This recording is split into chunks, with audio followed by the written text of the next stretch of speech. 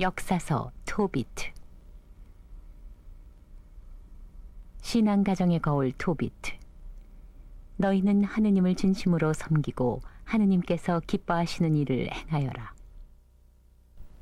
참 예수님, 오늘도 생명의 말씀 안에서 함께 하시는 시청자 여러분 안녕하십니까? 저는 오늘 여러분들과 함께 토비트서를 통해서 주님의 말씀을 만나게 될 이숙자 모데스타 수녀입니다. 먼저 이렇게 소중한 자리를 마련해 주신 주님과 또 이 자리에 함께 해주신 중곡동 성당 성서 가족 여러분, 그리고 미국에서 온 지민의 가족들께도 진심으로 감사를 드립니다. 그럼 먼저 토비트서 14장 8절의 말씀을 들으시고 시작 기도를 드리겠습니다.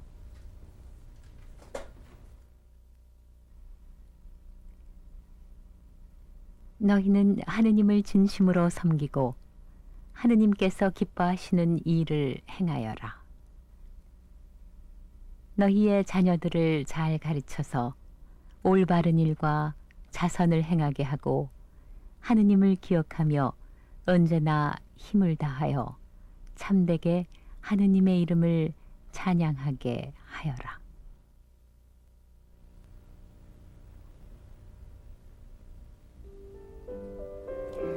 성부와 성자와 성령의 이름으로 참으로 사랑 가득하신 주님, 저희들에게 이렇게 아름다운 토비트서를 주심에 감사드립니다.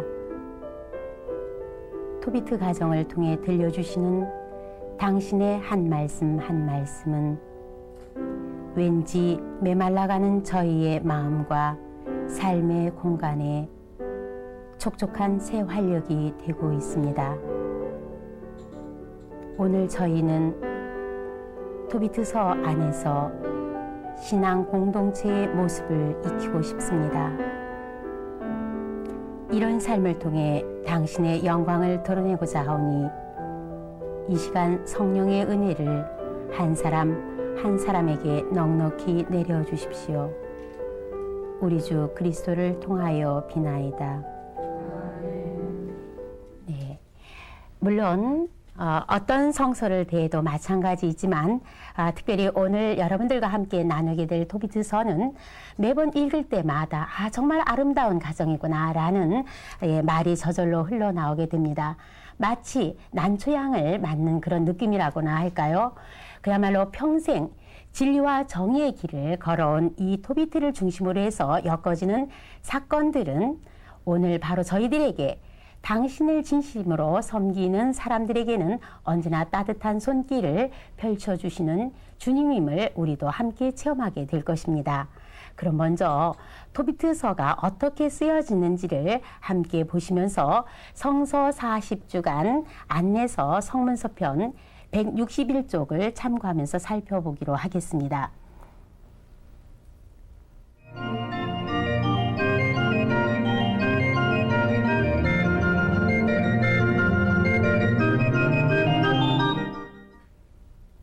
예, 토비트서는 니느웨에서 포로 생활을 하는 그 토비트 가정의 이야기를 하면서요, 저자는 바로 이상적인 이스라엘인들의 덕행이 무엇이고 또 그들을 행복으로 이끌어주는 참된 지혜가 무엇인지를 잘 가르쳐주고 있습니다. 마치 아름답고 고운 천을 짜듯이 하나하나를 엮어주고 있는데요.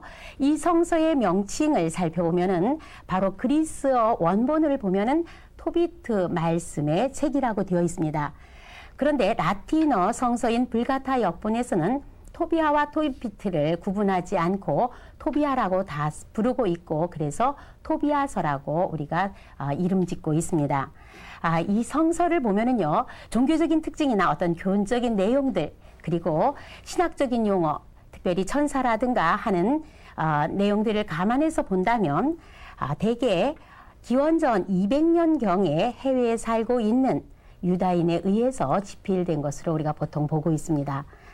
토비트서는 개신교에서는 지금 외경으로 놓고 있고요. 정식 경전에는 놓고 있지 않습니다.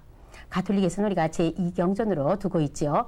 그래서 여러분들이 가톨릭 과 개신교가 함께 그 번역한 지금 우리가 사용하고 있는 공동 번역서에 보면은 토비트서는 바로 외경이라고 하는 부분의 첫 부분으로 자리 잡고 있습니다. 자, 이 성서가 정경으로 받아들여지는 데는 어려움이 많았다가 결국 기원 후 393년 힙보 공의회 때에 최초로 경전으로 받아들여지게 됩니다. 그러면 토비트서의 문학 유형을 우리가 살펴보면요. 토비트서를 읽어보시면 다 아시겠지만 옛날 이야기처럼 아주 아름답고 재미있게 전개가 되고 또 이것이 실제 일어난 일들처럼 보이지만은요. 사실은 그렇지가 않습니다. 바로 기원전 200년경에 한간에 전해져 내려왔던 교훈 소설이라든가 또는 설화, 성도들의 사화들, 시편, 기도문 등 여러 가지 그 전승들을 수집해서 편성한 하가다 미드라시 작품이라고 볼 수가 있습니다. 즉 독자들에게 교훈을 주기 위해서 어떤 역사적 사건이나 인물을 자유롭게 윤색하여서 이야기를 꾸미는 문학 형식이라고 보시면 되겠습니다. 잠깐 도표를 보시겠습니까? 미드라시 문학이라는 것은 바로 히브리어 다라시, 조사하다, 찾다라는 말에서 나온 것입니다. 그래서 미드라시라는 의미는 주석, 해설이라는 의미를 가지고 있고요. 보통 세 가지로 여기 보시는 바와 같이 나누어서 이야기를 할 수 있습니다. 오늘 여러분들과 함께 나눌 토비트서는 바로 하가다 미드라시 부분인데요. 이 하가다 미드라시 이 부분은 역사 이야기와 내용이 비슷하게 꾸며져 있지만 실제 당시의 일반적인 역사와 또 인물, 시대라든가 지리가 일치하지는 않고 있습니다.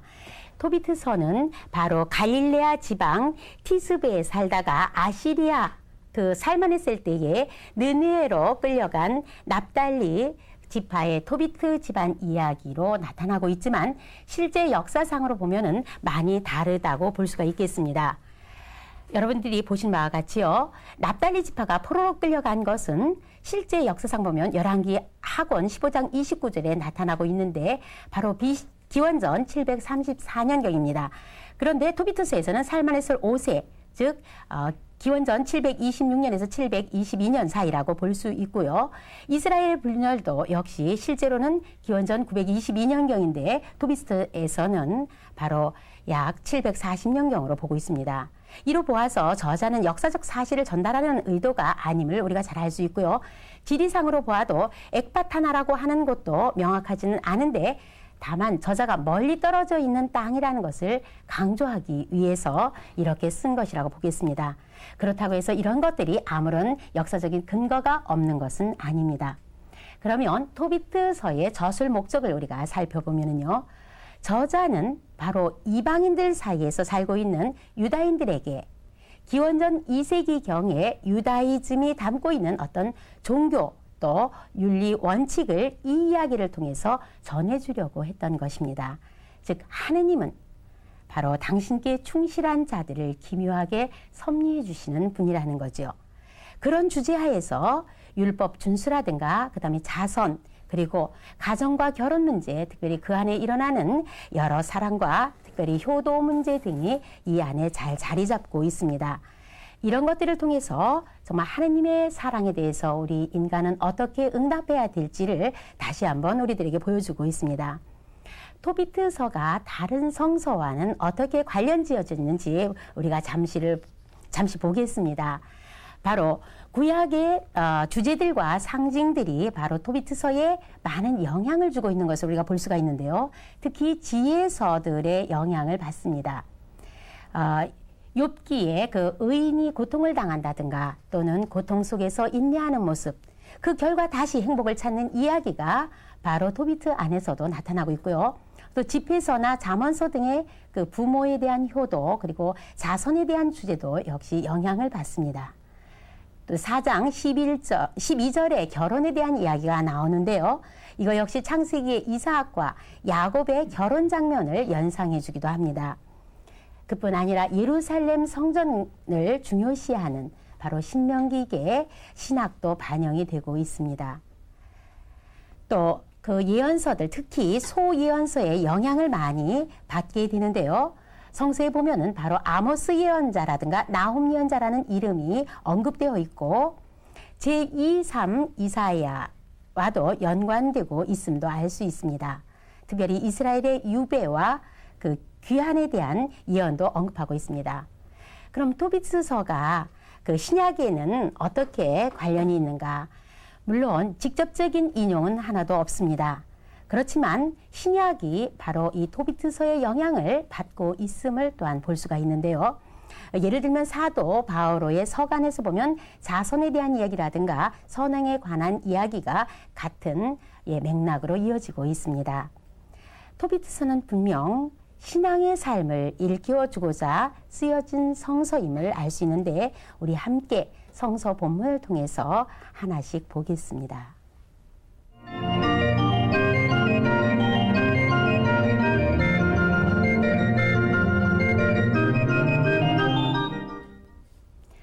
네, 토비트서의 머릿말에는 바로 야훼는 나의 선함이라는 뜻을 지닌 토비트 집안의 이야기가 나오고 있습니다. 여기에서 토비트의 그 4대 선조들의 이름이 나오는데요. 재미난 것은 바로 그들의 이름의 마지막에 엘이라고 하는 그 명사가 붙습니다. 그것은 야훼 하느님이라는 뜻을 지닌 말인데요. 이것으로 봐서 그들의 선조들은 정말 하느님의 말씀을 잘 따랐던 집안이라는 것을 은근히 밝혀주고 있습니다. 예, 토비트는 자신이 정말 다른 사람들과는 달리 비록 포로로 같이 왔다 하더라도 평생도록 진리와 정의의 길을 걸어왔다고 이야기를 하고 있습니다. 더불어서 성서에는 그들이 귀양 온 까닭을 은근히 밝혀주고 있는데요. 바로 그들 북부 이스라엘 사람들이 다윗 왕조를 배반하고 예루살렘에서 떨어져 나왔기 때문이고 또한 정말 야훼 하느님께 예배를 드려야 할 유일한 장소 예루살렘을 뒤로 한 것이고 또 우상 숭배에 빠진 까닭이라고 이야기를 해주고 있습니다. 그러나 토비트는 정말 율법대로 살았던 경건한 사람으로서 명절 때는 예루살렘으로 올라가 각종 축제와 조약을 지켰고 11조 또 자선, 기도, 이방인의 음식도 먹지 않았고 또 동족과의 결혼에 대한 것도 실천했던 사람입니다. 저자는 토비트가 마음을 다하여 하느님을 섬겼기 때문에 바로 지극히 높으신 하느님께서는 그를 살만의 살 왕의 총애를 받게 하셨다라고 기록하고 있습니다. 어느 상황이건 정말 의인을 돌보아 주시는 이 야훼 하느님의 손길을 여기에서 체험하게 됩니다.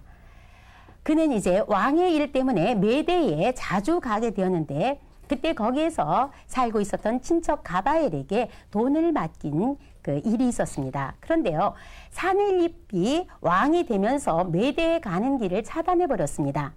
그뿐만 아니라 열왕기 하곤 18장에서 19장의 역사에 나타나지만 사넬립 왕은 언젠가 유다를 침공하였다가 하느님을 모독했기 때문에 그 벌로 유다에서 쫓겨난 일이 있었습니다.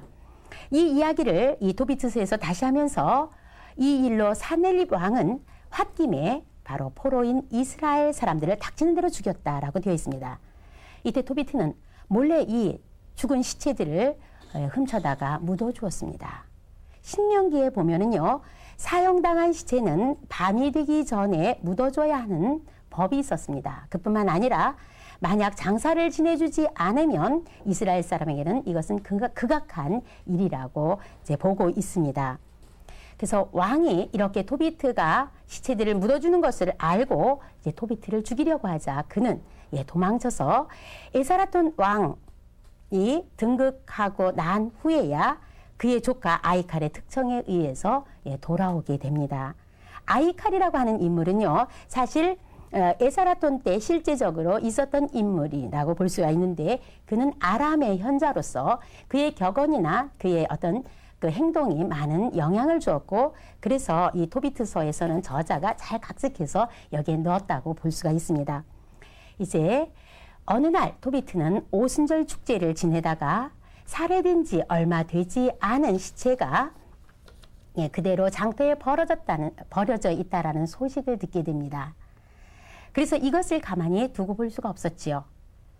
이런 그의 모습을 본 사람들은 도대체 이 사람은 지난번에도 이런 일 때문에 사형감으로 수배되어서 도망을 갔었는데 이제 또다시 죽은 사람을 묻어주다니 겁이고 또 뭐고 다 없어진 모양이지 라고 조롱을 했지만 그는 이런 것에 아랑곳하지 않았습니다.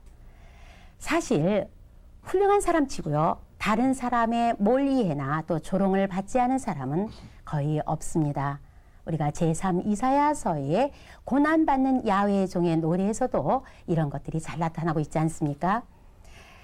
그런데 어떻게 된 일인지 그가 시체를 묻고 돌아왔을 때 담 옆에서 이제 누워서 잠을 자게 됐습니다. 근데 하필 참새똥이 토비트의 눈에 떨어져 그는 시력을 잃게 됩니다. 의사를 찾아가서 치료를 하려고 해봤지만 아무 소용이 없었다라고 표현이 되어 있습니다. 그것은 바로 하느님만이 그의 참된 구원자라는 것을 알려주고 있고 장차 이 일을 통해서 하느님은 엄청난 영광을 받게 되심을 여기에서 암시해주고 있습니다. 어느 날 아내가 이제 품팔이로 해서 얻어온 그 새끼 염소 우는 소리를 토비트가 듣게 됩니다. 그래서 그는 그것이 아내가 훔쳐온 것인 줄 알고 아내를 책망하게 되지요. 그때 그의 아내는 당신이 베푼 자선으로 얻은 것이 도대체 무엇입니까? 당신이 쌓은 덕행으로 얻은 것은 무엇입니까? 당신이 지금 이 꼴이 되었다는 것을 모르는 사람은 없습니다. 라고 힐책을 하게 됩니다. 어쩌면 이것은 의롭게 살다가 불행을 겪었던 욥, 그래서 그 욥의 모습을 보고 힐책을 했던 그 아내의 모습과도 비슷하게 나타나고 있습니다. 아마 아내들로서는 당연한 것이 아닐까 생각해 봅니다. 그렇게도 정말 충실히 율법을 지켰고 또 목숨까지도 아끼지 않고 자선을 베풀었던 그가 결국 얻은 것이라고는 바로 맹인이 된 것 외에는 없는 것 같이 보였습니다. 그러나 토비트는 여기에서 좌절하지 않고 지금까지 믿어왔던 야훼 하느님께 3장 2절에서 6절에 보시면 알겠지만 울면서 기도를 합니다.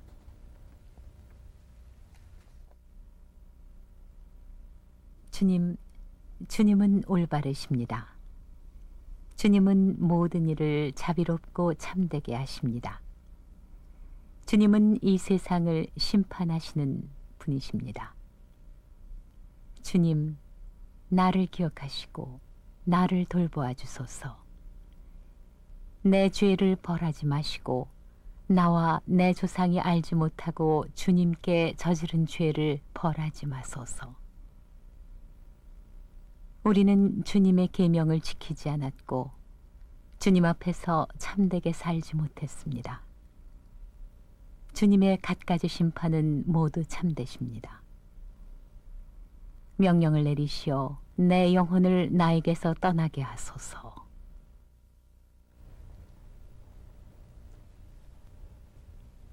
토비트는 그 고통 속에서도 주님의 오르심을 고백하고 있습니다. 그뿐만 아니라 이 모든 것이 자기와 또 자기 백성이 잘못한 탓이라고 그러면서도 그는 자신의 공로나 자선이나 다 자신의 옳음을 주장하지 않았습니다. 고통에 짓눌렸던 의인들, 욥이라든가 엘리야 예언자도 마찬가지지만 그들은 이런 하느님께 청을 합니다. 차라리 죽게 하여 주십시오라고 이야기를 하지요. 이것은 바로 이것이야말로 하느님만이 해결해 주실 수 있고 이때야말로 당신의 손길을 펼칠 때라는 것을 고백하게 되는 것입니다. 한편 토비트의 기도가 끝날 때 같은 시기에 바로 메대에 살고 있는 불운의 사라가 기도하는 장면이 이제 3장 7절부터 나옵니다.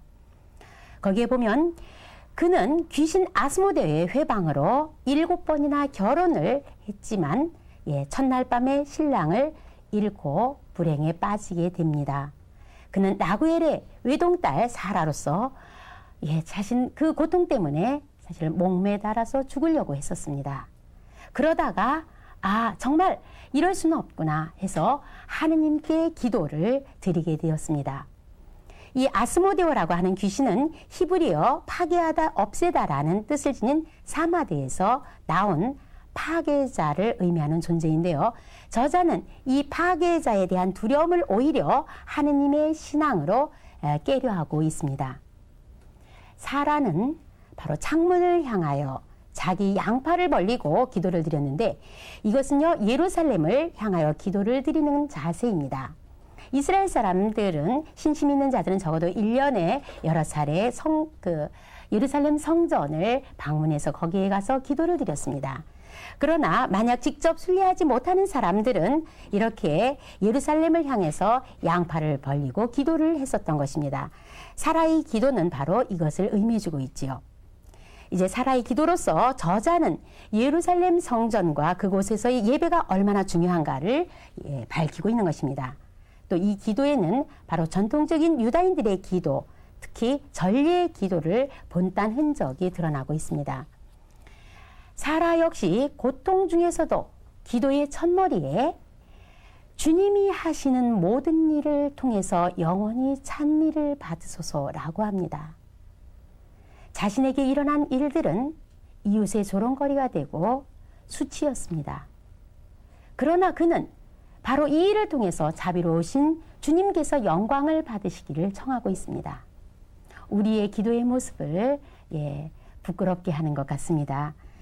결국 저자는 3장 16절에 보면 토비트와 사라의 기도가 영광스러운 하느님 앞에 도달하였고 그래서 하느님께서는 라파엘을 보내시어 그 두 사람의 고민을 풀어주게 하셨다라고 기록하고 있습니다. 여기에서 저자는 하느님께서 앞으로 그들에게 어떻게 당신의 손길을 펼치시는가를 결론적으로 미리 알려주고 있습니다. 그래서 그 4장 이하의 이야기는요. 바로 3장 16절에서 17절의 말씀을 구체적으로 또 전개해 나가고 있는 이야기라고 보시면 되겠습니다. 이미 결론을 다 알고 있는 거예요. 이런 까닭이 어쩌면 토비트서가 긴장감이 없는 이유 중에 하나라고 볼 수가 있겠습니다. 제4장하고 5장은 창세기 24장에 아브라함이 이삭의 아내를 선택하기 위해서 하란으로 종을 보내는 이야기와 비슷하게 진행이 되고 있습니다. 토비트는 맡긴 돈을 찾아오도록 아들을 이제 메대에 보내려고 하는데 그에 앞서서 먼저 우리 인간이 어떻게 살아야 하는가를 훈계하게 됩니다. 이 훈계 내용을 우리가 정리해 보면은요, 먼저 효도에 관한 이야기를 하게 됩니다. 어머니를 소홀히 대하지 말고 평생토록 존경하고 그 마음에 드는 일만 해서 슬프게 하는 일이 있어서는 안 된다라고 이야기를 합니다.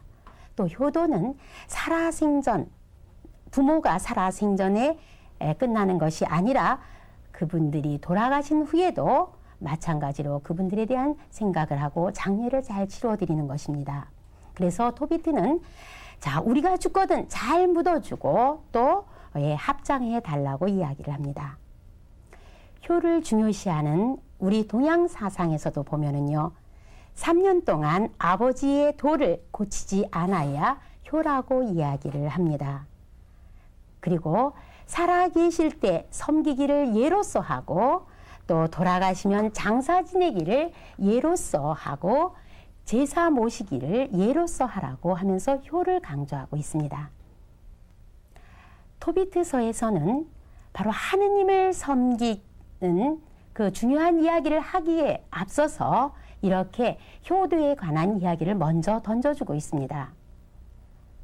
진정 부모에게 효도하는 사람이 하느님을 잘 모시는 사람이라는 것을 어쩌면 은연중에 비춰주는지도 모르겠습니다.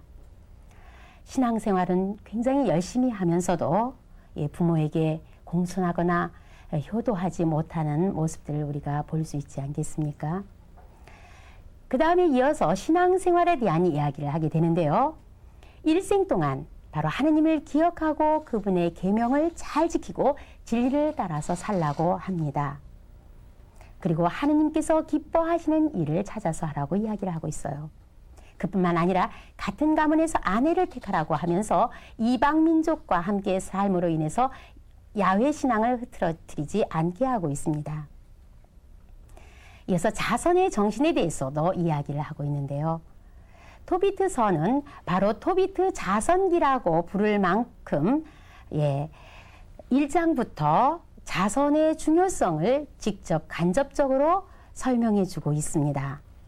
토비트는 4장 7절 9절에서부터 11절에서 자선에 관한 말씀을 다음과 같이 전해주고 있습니다.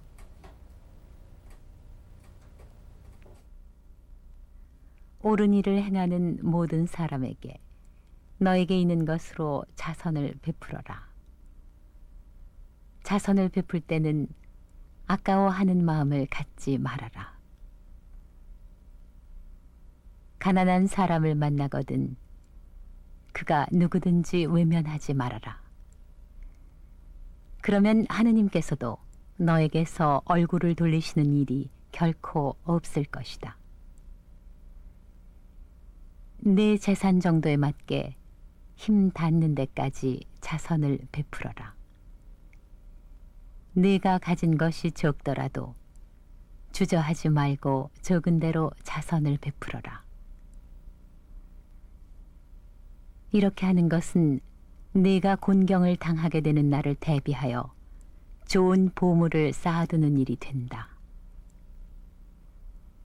자선은 자선을 베푸는 사람을 죽음에서 건져내고 암흑에 빠지지 않게 해주는 것이다. 누구든지 자선을 베풀면 그 자선은 지극히 높으신 하느님께 바치는 좋은 예물이 된다. 네, 자선이라는 것은 바로 들으신 말씀처럼 이렇게 행하는 것이 아닐까 생각합니다. 재산 정도에 맞게 또 가진 것이 적으면 적은 대로 많으면 많은 대로 아까워하는 마음 없이 나누는 것입니다. 자선의 진정한 의미는 과연 무엇일까 생각해 보게 되는데요. 우리 논어에 보면은 국가를 다스리는 사람은 적음을 걱정하지 말고 고르지 않음을 걱정해야 하고 가난함을 걱정하지 말고 백성들이 편안하지 않음을 걱정해야 한다라고 이야기를 하고 있습니다. 이어서 대개 고르게 되면 가난이 없게 되고 조화를 이루게 되면 적음이 없게 되고 또 편안하게 되면 기울어지는 일이 없게 된다라고 이야기를 하고 있습니다. 오늘날처럼 빈익빈 부익부의 사회에서의 자선은 준다라는 의미가 아니라 고르지 않은 것을 고르게 하는 것이 아닐까 생각합니다. 조화를 이룰 때, 즉 나눌 때 가난은 자연스럽게 없어지는 것이죠. 우리의 이웃이 지금 기아 상태에 있다면 이것은 세계의 물질이 모자라서가 아니라 바로 우리가 고르게 나누지 않기 때문이 아닐까 반성해 봅니다. 토비트는 이어서 인간관계에 대해서도 말을 하고 있는데요. 내 친족을 사랑하고 모든 몸가짐을 신중히 하게 하고 지혜로운 사람의 조언을 들어라. 그리고 또 내가 싫어하는 일은 아무에게도 행하지 말아라 라고 하면서 대인관계를 얘기해 주고 있습니다. 논어에 보면 번지가 공자에게 인이 무엇입니까? 즉 어지른 것이 무엇입니까? 라고 했을 때 공자는 애인, 즉 사람을 사랑하는 것이다 라고 이야기를 합니다. 사람을 사랑하되 중용에서 보면은 효도와 또 형제를 사랑하는 것이 인을 실천하는 첫걸음이라고 이야기를 하게 됩니다. 이렇게 동양사상에서도 보면요. 문을 나서면 큰 손님을 대하듯 행동하고 또 사람을 부릴 적에는 큰 제사 받들듯이 하고 자기가 하고 싶지 않은 일은 남에게도 베풀지 말라고 이야기를 하고 있습니다. 토비트는 이런 훈계를 하고 나서야 맡겨둔 그 돈 이야기를 아들에게 합니다. 결국 돈이 충분할 때에 위에 이러한 사항들을 실천할 수 있는 것이 아니라는 것을 토비트는 알고 있었습니다. 그래서 하느님을 두려워하고 모든 죄악을 멀리하며 또 하느님께서 기뻐하시는 일을 행하면 바로 하느님께서 부유하게 해주신다라는 말을 덧붙이고 있습니다. 돈이 있어야 부모님을 잘 모시고 또 이웃과 나눌 수 있고 또 정당한 보수를 줄 수 있다라고 생각하고 있지는 않은지요. 토비트는 이런 훈계를 하고 아들을 보내게 되는데 여기에서 라파엘 천사가 이제 등장을 하게 됩니다.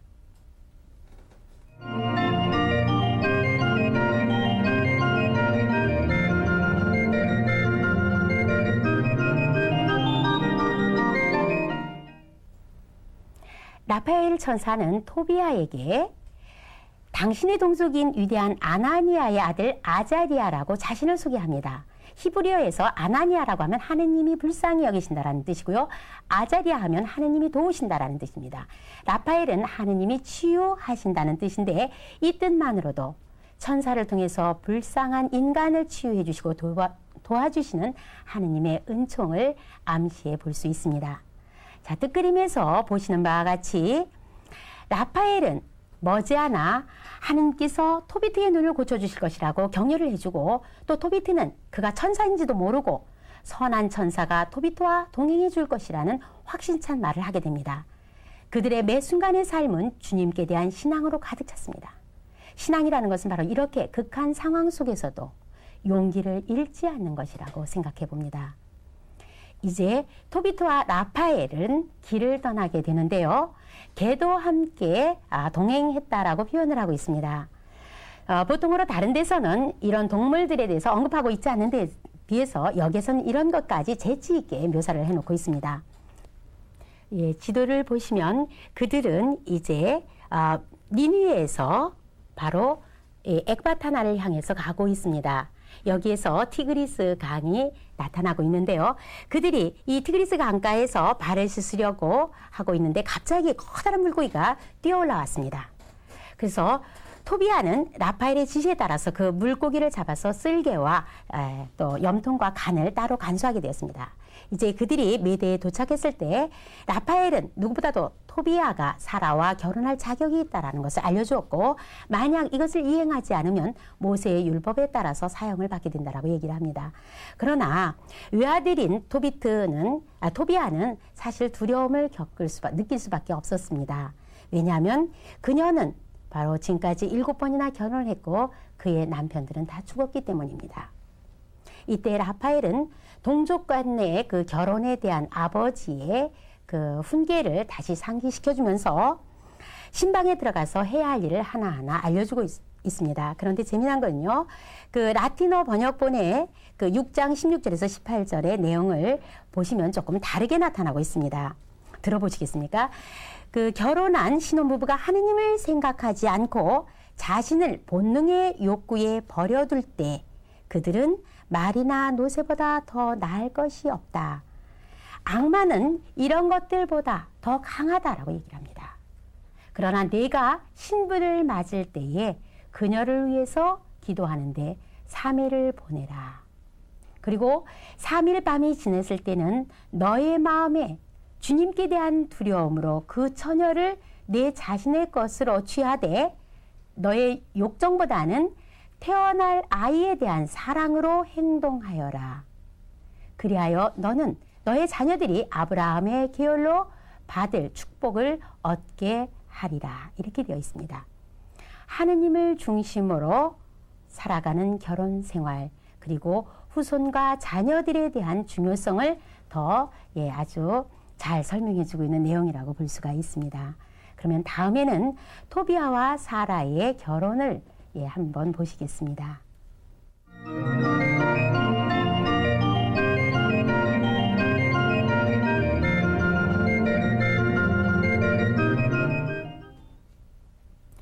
토비트서는요, 하느님의 자녀들이 어떻게 가정생활을 꾸려나가야 하는가를 잘 표현해주고 있습니다.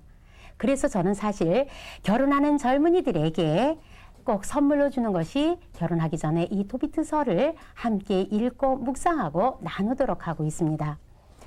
라구엘은 이제 모세의 율법과 규정에 따라서 사라와 그 토비아를 맺어주는데요.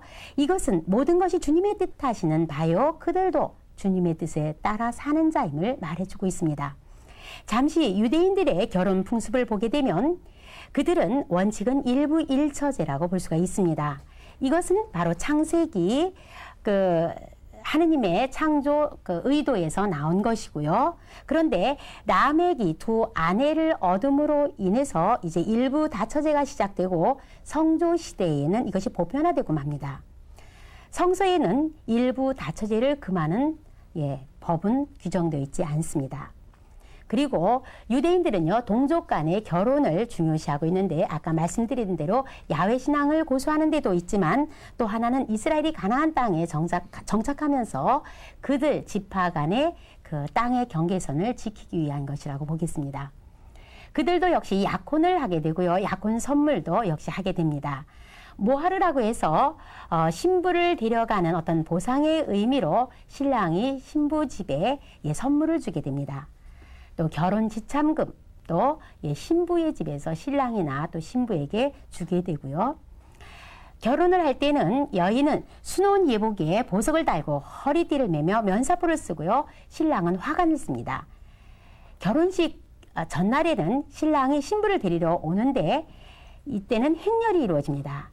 행렬 때 사람들이 노래와 춤을 추고 이제 신부가 신랑 집에 도착하면 신부는 너울로 얼굴 가려서 사람들이 볼 수 없게 합니다. 그리고 신방도 이미 꾸며져 있습니다. 신랑의 부모나 친구들은 그들을 행복하게 축복해 주는 것도 가장 중요한 부분이라고 볼 수가 있습니다. 그들의 결혼잔치는 보통 1주일에서 2주일까지 베풀고 있습니다. 우리나라도 옛부터 결혼을 하게 되면 육례를 갖추어서 진행을 하게 되지 않습니까? 우리 잠깐만 우리 한국 고유 혼인 그 육례를 보시겠습니다. 다 아시는 거라고 생각이 듭니다. 바로 먼저 납체, 그죠? 납체, 그 다음에 문명 이렇게 이어지고 있는데요. 여자 집에서 결혼 허락이 나면 남자 집에서 채택 예물과 함께 편지를 보내는 것을 갖다가 납체라고 합니다. 그 다음에는 문명은 양가의 성명, 즉 사주를 묻게 되는 거죠. 그 다음에 납길, 즉 양가에서 모든 조건이 길하다는 것을 알립니다. 납회는 혼인의 증거로 패백을 보내고요. 그 다음에 청기에서 태기를 하고 친형이라고 해서 신랑이 신부의 집에 가서 신부를 맞아오는 것입니다. 이제 사라의 어머니는 사라에게 하늘의 주님께서 슬픔을 거두어 주시고 기쁨을 내려주실 것이라고 격려를 해주고 있습니다. 우리 신앙은 어떤 고통이나 슬픔이나 괴로움이 없는 것이 아니라 이런 모든 것들이 있음에도 불구하고 기쁨을 내려주시는 주님이 계시기 때문에 그것을 믿고 희망하면서 용기를 갖는 것이라고 생각을 합니다. 이어서 8장에 보면 신방에 들어간 토비아는 이제 라파의 말을 기억해서 그대로 했고, 그래서 아스모데오 귀신을 퇴치한 뒤에 그는 아내에게 여보 일어나시오. 우리 주님께 기도드리며 우리에게 자비와 구원을 내려주시기를 간구합시다 하면서 이렇게 기도하고 있습니다.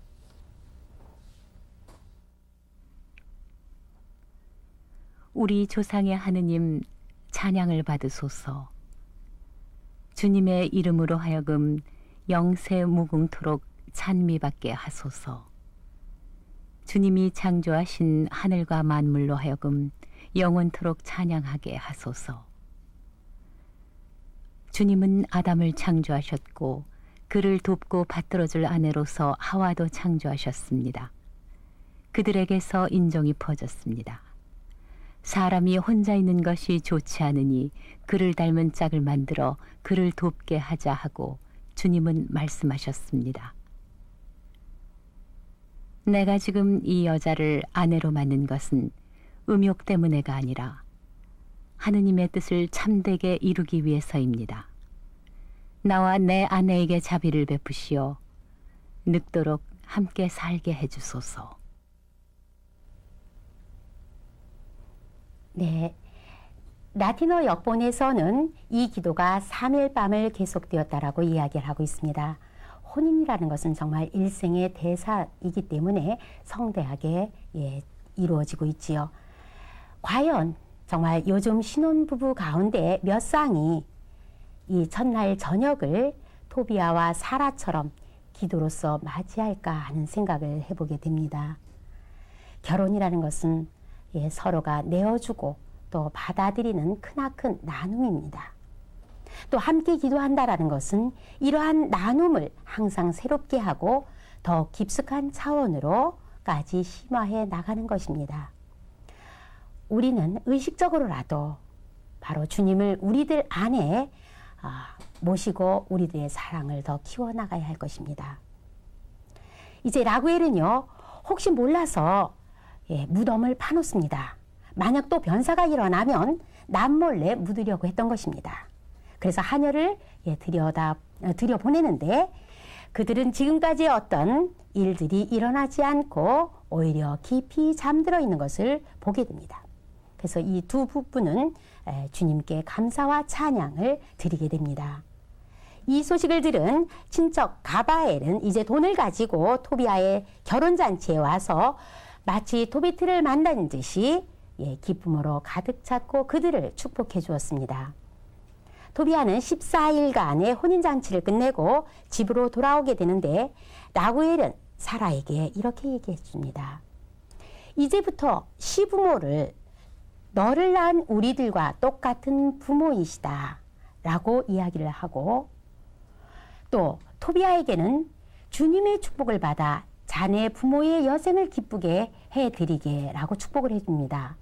우리 옛 어른들이 죽어도 그 집 귀신이 되어라 라고 하면서 시집 생활의 기본을 알려주신 그러한 마음이 아닐까 생각해 봅니다. 다음은 토비트에게 일어나는 일들을 한번 함께 보시겠습니다.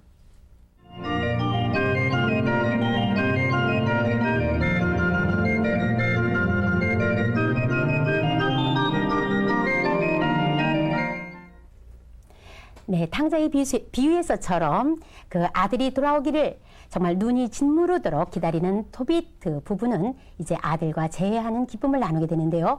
토비아는 먼저 아버지의 눈에 바로 물고기 쓸개를 발라드려서 시력을 되찾게 합니다. 시력을 찾은 토비트는 바로 하느님을 찬양하고 그 다음에 이 모든 것이 하느님께서 자비를 베풀어 주신 것이라는 것을 사람들에게 알리고 있습니다. 이제 지금까지 함께한 라파엘에게 수고의 값으로 가져온 모든 것의 절반을 나눠주고자 했습니다. 말이 그렇지 만약에 1억을 가지고 왔다면 5천만 원을 라파엘에게 주는 거예요. 2억이었다면 1억입니다. 결코 작은 액수가 아닙니다. 그러나 그는 쾌히 그렇게 할 수 있었습니다. 이때에 라파엘은 토비트서 12장 6절에서 7절에서 이러한 말로 대답을 하게 됩니다.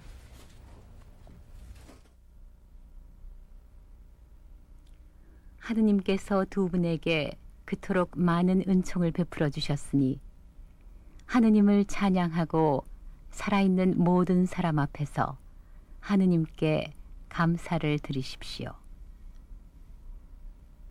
하느님께서 하신 일을 존중히 여겨 만인에게 분명히 드러내고 하느님께 감사하기를 게을리하지 마시오. 세상 임금의 비밀은 감추는 것이 좋습니다. 그러나 하느님의 업적은 드러내어 세상에 알리는 것이 좋으며 또 하느님께 영광을 돌려야 합니다. 그러면서 라파엘은 자신은 바로 하느님의 시중을 드는 천사라고 이야기를 하게 됩니다.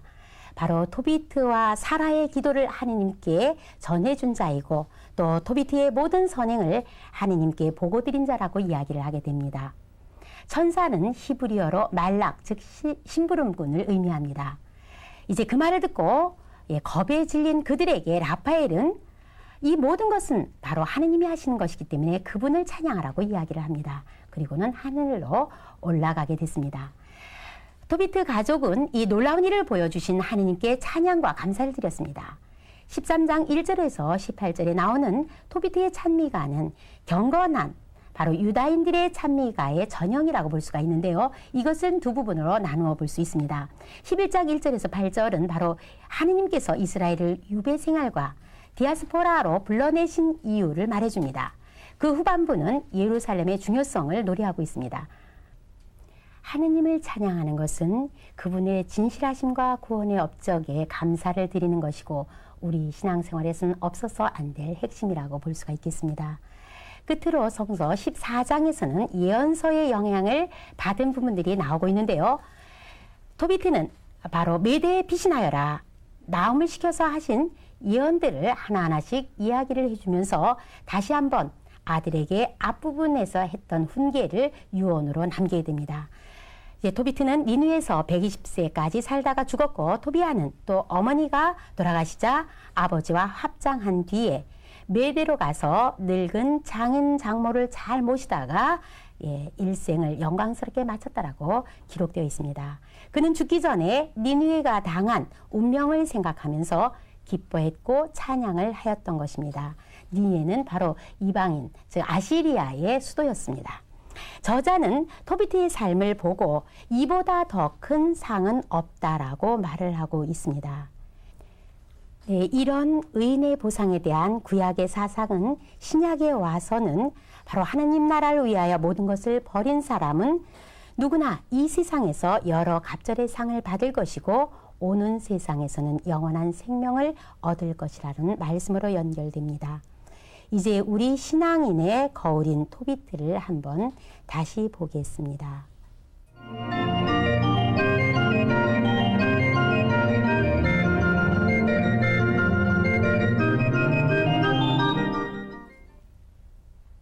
지금까지 보았듯이 토비트서는 당시 유다인들에게뿐만 아니라 우리에게도 정말 어떻게 하느님의 뜻에 맞는 신앙, 가정 공동체를 엮어 나갈 수 있는가를 보여주고 있습니다.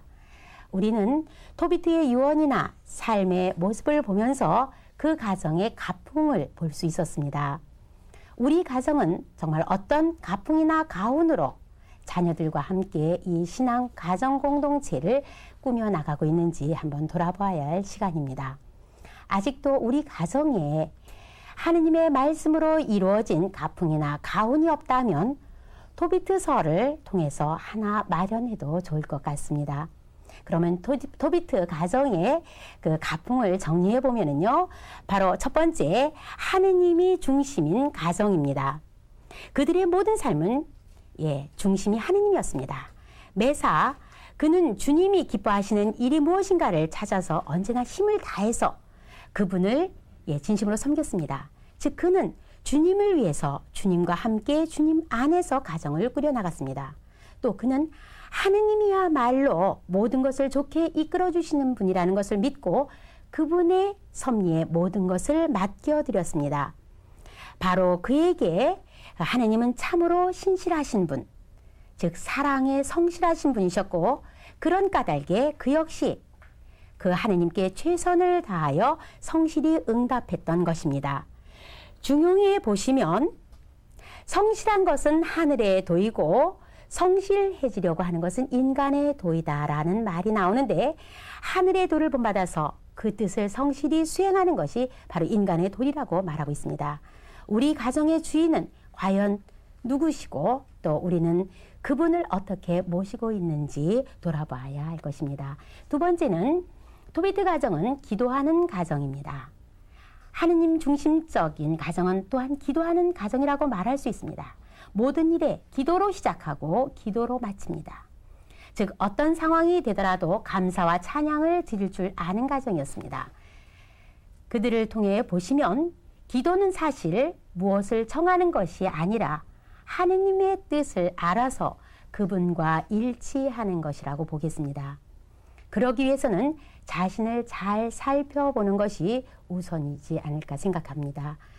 맹자에 보면은 자기의 마음을 다하면 자기의 성을 알고 그런즉 하늘을 알게 된다. 바로 이것이 하늘을 섬기는 것이다 라고 이야기를 하고 있습니다. 그 다음에 토비트 가정은 부부 일심동체의 가정이라고 말할 수 있습니다. 토비트와 안나 그리고 라구엘 부부라든가 토비아와 사라의 부부에는 참으로 아름답게 꾸며져 있습니다. 그들의 한마디 한 행동들은 바로 그들의 깊은 사랑에서 우러나오는 것들이라고 볼 수가 있겠는데요. 이들 모두의 부부에는 단순히 인간적 애정에서 나온 것이 아니라 바로 하느님을 중심으로 나눈 진실한 사랑이었고 또 이 결혼의 삶 자체가 하느님의 뜻을 참되게 이루는 것이라는 것을 알려주고 있습니다. 부부의 사랑은 진정으로 하느님이 주시는 특별한 선물이라고 보겠습니다. 주역에서 보시면 두 사람이 마음을 같이 하면 그 날카로움이 쇠도 끊는다라고 이야기를 하고 마음을 같이하여 하는 말은 그 냄새가 난초와 같다라고 말합니다. 또 당현종과 양귀비의 사랑을 노래한 장한가에 보면 하늘에서는 한 쌍의 비익조가 되시고 땅에서는 열리지가 되기를 빕니다. 비익조는 한 눈과 한 날개만 가지고 있는 새입니다. 그래서 한 쌍이 함께 있을 때만 비상할 수 있습니다. 열리지는 한 나무의 가지가 다른 나무의 가지와 맞닿아서 한 결을 이루는 나무입니다. 부부란 바로 짝을 이루지 않으면 절대 날 수 없는 비익조의 모습처럼 또 한 가지가 썩으면 다른 가지도 함께 썩는 바로 열리지처럼 너와 내가 함께 일심동체가 될 때 살 수 있는 것입니다. 좋고 잘 될 때에만 일심동체가 아니라 오히려 어렵고 힘들 때 그 누구도 이해해주지 못하는 상황 속에서도 당신만이 나의 정말 마지막 보루요, 위로자다. 그리고 또 당신만 이해해주면 된다라고 고백할 수 있는 것이라고 보겠습니다. 토비트 가정은 또 효도하는 가정이라고 볼 수가 있습니다. 부모를 기쁘게 하는 일, 그것은 효도입니다. 그의 유언을 통해서 그리고 토비아와 사라의 순종의 삶을 통해서 볼 수 있습니다. 또 사라에게 한 그 시부모는 너를 낳은 부모님과 똑같다 하면서 시부모에 대한 효도를 강조하고 있지 않습니까?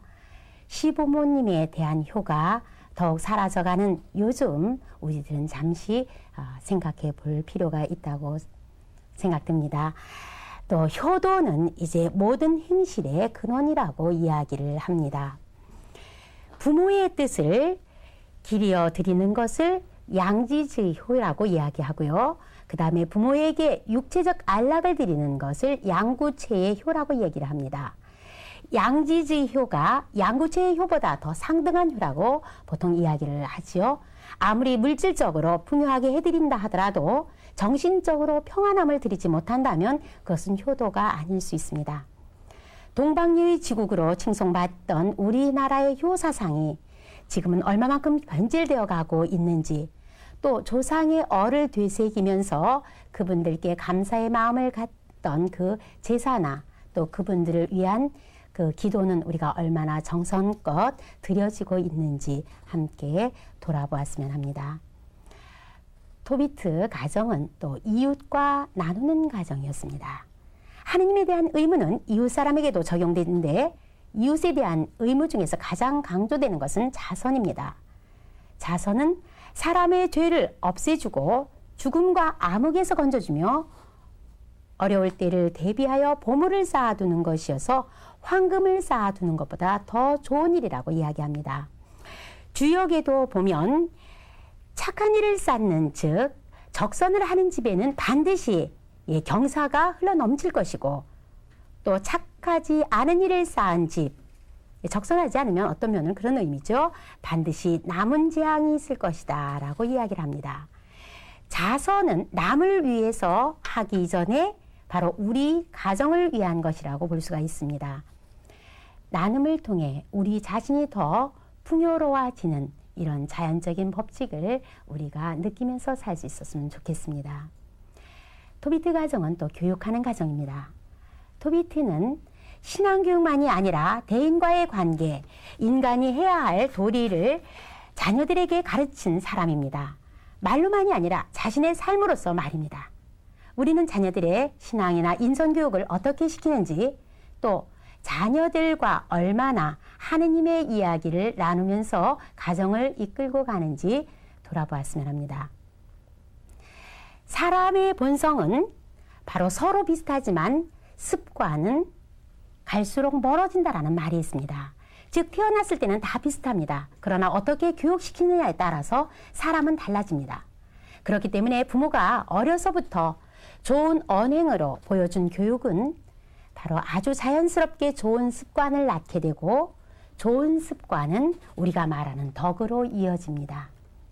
자녀들이 진정으로 하느님의 자녀로서 잘 성장할 수 있도록 함께 노력해야 할 부분이라고 생각됩니다. 이제 토비트서 13장 6절의 말씀을 들으면서 토비트서를 정리해 보겠습니다.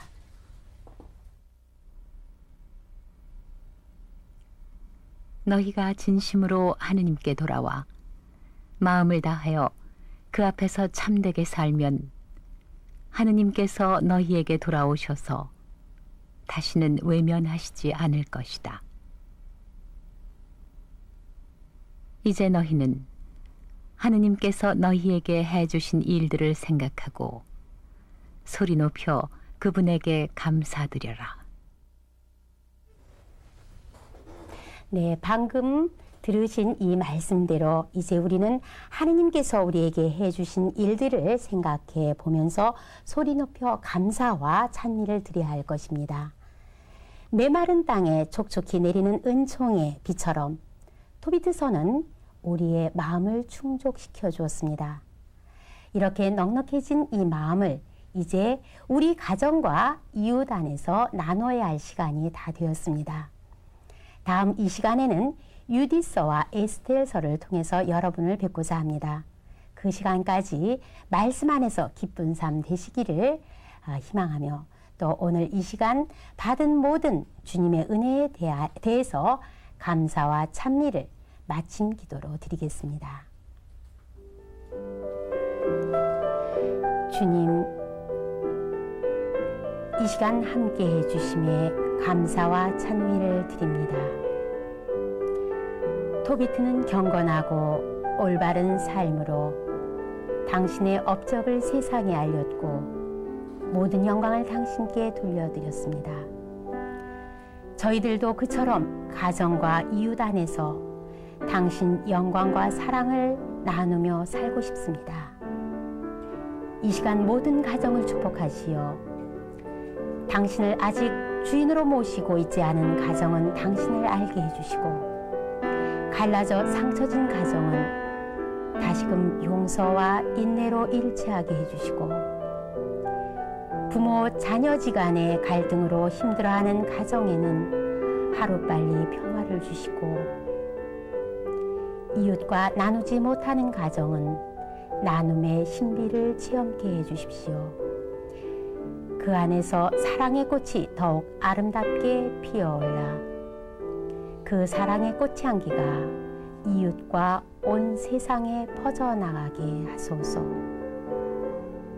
우리 주 그리스도를 통하여 비나이다. 성부와 성자와 성령의 이름으로 아멘.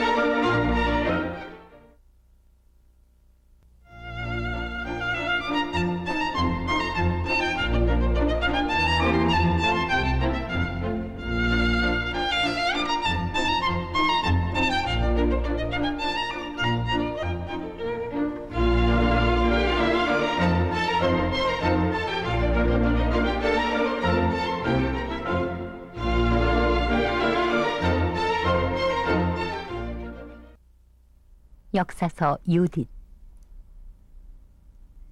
위대한 여인 유딧, 여성의 손을 통해서 원수들을 물리치셨습니다. 참 예수님, 생명의 말씀 안에서 함께 하시는 시청자 여러분 안녕하십니까? 저는 지난 시간 토비트서에 이어서 오늘 유디서와 에스텔서를 통해서 여러분들과 함께 하게 될 이숙자 모데스타 수녀입니다. 이렇게 귀한 자리를 마련해 주신 주님과 또 시청자 여러분, 그리고 이 시간에 함께 해주시는 우리 중곡동 성당 성서 가족 여러분께 진심으로 감사를 드립니다. 오늘 공부하게 되는 이 성서는 바로 유딧과 에스텔이라고 하는 여인을 통해서 불의 앞에 그냥 있을 수만은 없는 그 위대하고 또 용감한 여인상을 보여주고 있습니다. 그럼 먼저 유디서 9장 9절에서 11절의 말씀을 들으시고 시작 기도를 드리겠습니다.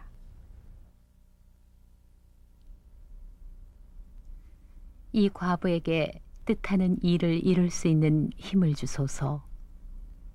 그리고 여자의 손을 이용하여 그들의 콧대를 꺾으소서.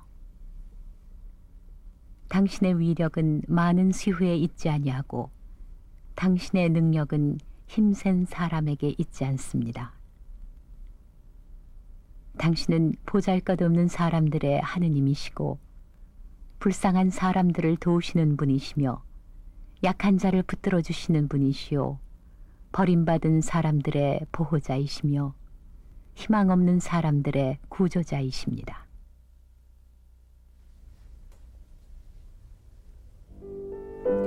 성부와 성자와 성령의 이름으로 여성을 통해 당신의 위대하심을 드러내 주시는 주님, 당신께 찬미와 영광을 드립니다. 당신하고가 아니면 기쁜 날이 단 하루도 없다고 고백한 에스텔과 유딧의 믿음과 사랑이 저희의 것이 되었으면 합니다. 오늘 이 시간 살아계신 성령의 열기가 저희들의 마음에 살아 움직여 불의 앞에서 비굴하지 않고 살신 성인할 수 있는 당신 정의의 도구가 되게 하여 주십시오. 우리 주 그리스도를 통하여 비나이다. 오늘은 두 성서 중 먼저 매력이 있고 용모가 대단히 아름다우면서 하느님을 무척 공경했다고 하는 바로 위대한 여인 유딧을 통해서 주님을 만나 뵙고 이어서 에스텔서를 함께 하시겠습니다. 그러면 성서 40주간 안내서 성문서편 166쪽서부터 참고하시면서 유딧서가 어떻게 쓰여졌는가를 보겠습니다.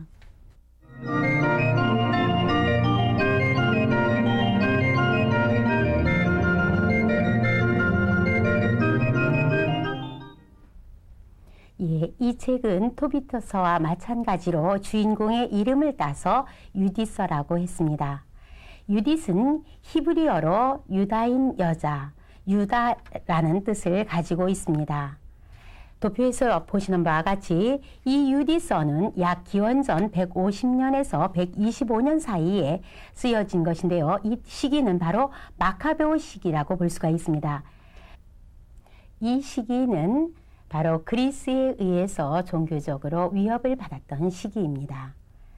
유딧서는 현대 학자들에 의하면 원래는 히브리어로 쓰여졌을 것이라는 의견들이 있지만 다만 사본이 남아있지를 않기 때문에 유대 경전에는 오르지 못했습니다. 제2경전에 속하는 유딧서는 지난 시간 토비트서와 마찬가지로 하가다 미드라시 작품입니다. 그렇기 때문에 역사성으로 볼 때에 여러 가지 실제 사건들과 다르게 나타나고 있는 거죠. 도표를 보시면서 잠시 설명을 드리시겠습니다. 유딧서에 보면은 불과 몇 달간에 걸쳐진 그 사건들이 실제 역사를 본다면 여러 세기에 걸친 자료들로 나타나고 있습니다. 그리고 느부갓네살 왕을 아시리아 왕이라고 이야기를 하지만 사실은 신바빌론 왕으로서 유다를 멸망시킨 왕입니다. 그리고 그는 실질적으로는 메대와 싸운 적이 없습니다.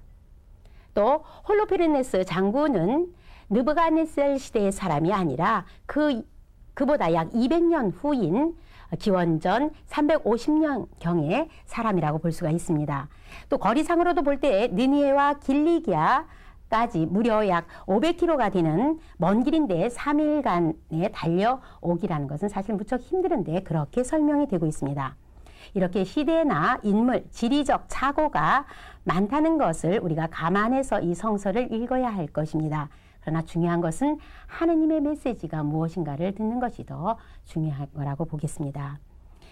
이 성서는 아마 기원전 8세기에서부터 4세기까지 있었던 역사적인 사건을 바로 저자가 살고 있는 마카베오 시대와 연관시켜서 동족의 신심과 또 애국심을 일으키기 위하여 쓰여진 것으로 보고 있습니다. 저자가 전하려고 하는 메시지는 하느님께서 어떤 상황이든 당신의 선민을 보여주신다는 것이죠.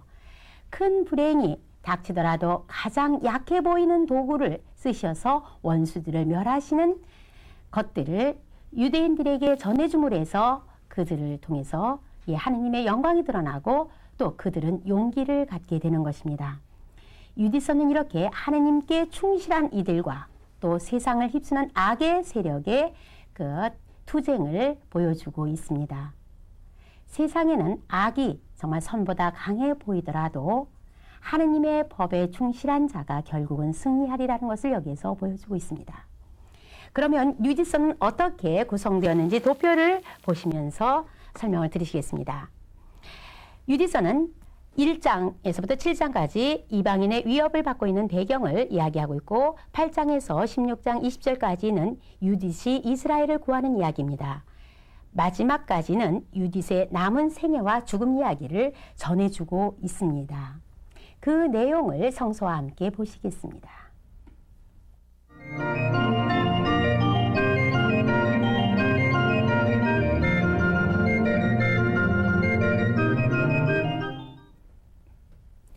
이 이야기는 이렇게 시작됩니다. 아시리아 왕 느부갓네살이 이제 메대 왕과 싸우게 될 때에 유다를 비롯한 여러 민족들에게 지원을 요청을 하지만 그때 많은 나라들은 거절을 하게 됩니다. 이렇게 거절을 당하자 느부갓네살은 메대를 먼저 치고 나서 총사령관 홀로페르네스를 시켜서 지원을 거절했던 나라를 하나씩 치기 시작을 합니다.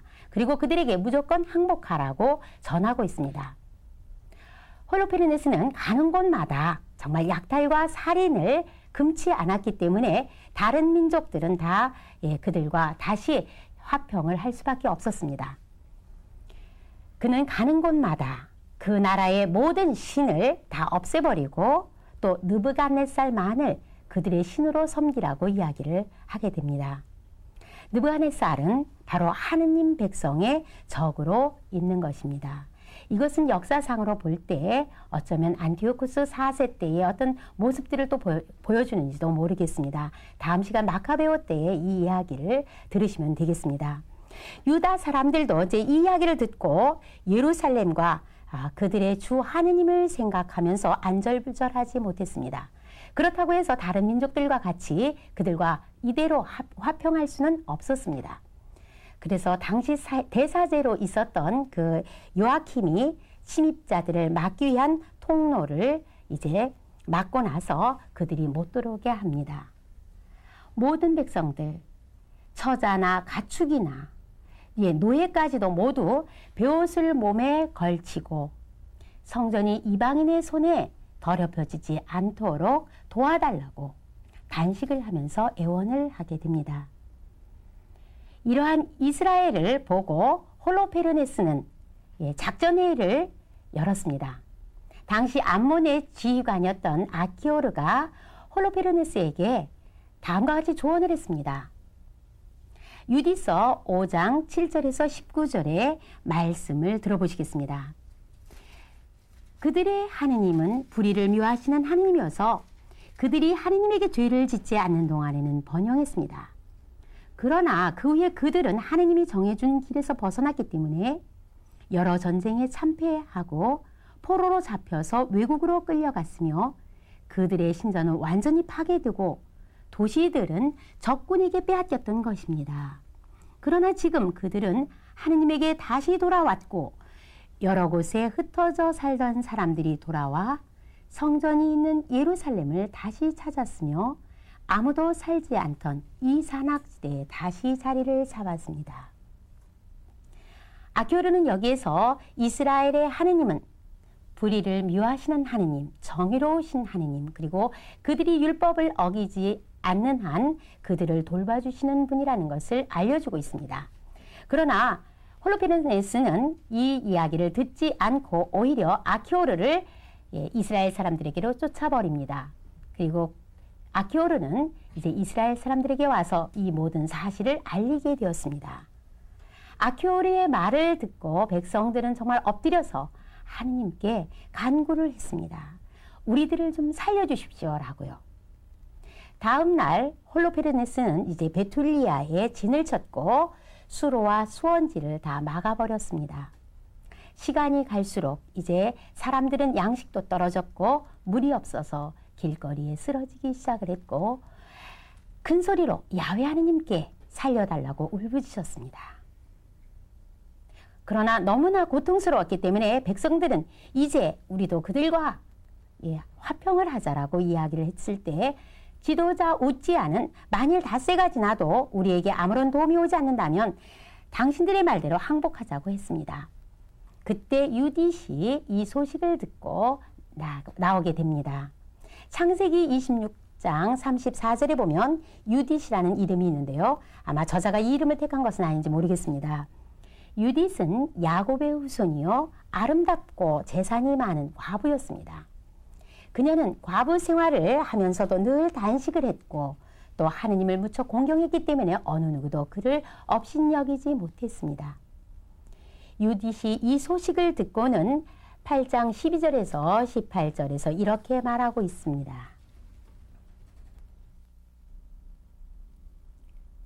도대체 여러분이 무엇인데 이렇게 오늘 하느님을 시험하는 것입니까? 어째서 여러분은 인간이면서 하느님의 자리에 올라선 것입니까? 비록 하느님께서 꼭 닷새 안으로 우리를 도우실 생각이 없으시더라도 당신께서 원하시는 때에 우리를 보호해 주시기도 하며 그렇지 않으면 우리를 원수 앞에서 멸하게도 하실 수 있는 권능을 가지고 계십니다.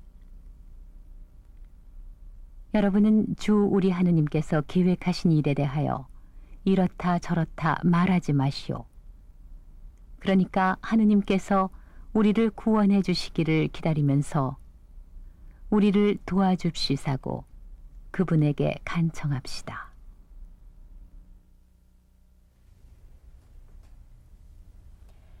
유딧이 보여주신 이 하느님은 인간을 초월하는 분이시고 또 당신이 돕고자만 하시면 무엇이나 하실 수 있는 분임을 얘기합니다. 인간은 그분의 계획과 그분의 지혜를 다 알 수가 없습니다. 그러면서 그녀는 이런 모든 사정에도 불구하고 우리는 하느님께 감사를 드립시다라고 이야기를 합니다. 감사는 내 뜻에 모든 것이 이루어졌을 때 드리는 것이 아니라 바로 모든 상황 안에서도 불구하고 드리는 마음입니다. 또 선한 사람, 믿는 사람에게는 고통이 벌이 아니라 바로 하느님께서 정화를 하기 위한 시험이요 채찍이요 시련이라고 유딧은 이야기를 합니다. 우리도 우리에게 닥쳐오는 고통을 이렇게 정화의 은총으로 여긴다면 우리의 삶은 분명 달라질 것입니다. 유딧은 정말 믿었습니다. 주님께서 자신의 손을 통해서 이스라엘을 이 위험에서 구원해 주실 것이고 또 이스라엘의 구원은 오직 하느님의 손에 달려있다라는 것을 말입니다. 그래서 그는 이제 여종만을 데리고 밖에 나가게 되는데요.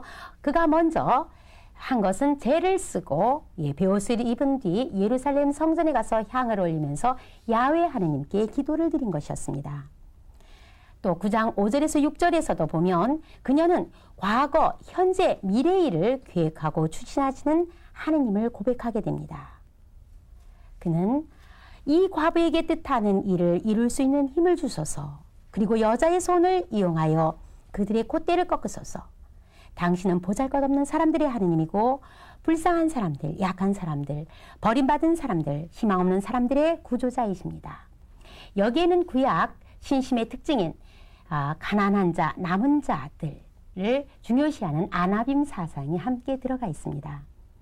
그녀는 이제 베옷도 과부의 옷차림도 벗고는 향유를 바르고 화려한 옷을 입고 또 아름답게 단장을 하고는 여종과 함께 적의 진지에 들어가는데요. 라틴어 번역본에 보면은 이 모든 치장은 관능에서가 아니라 순결함에서 나왔던 것이다 라는 말을 덧붙이고 있습니다.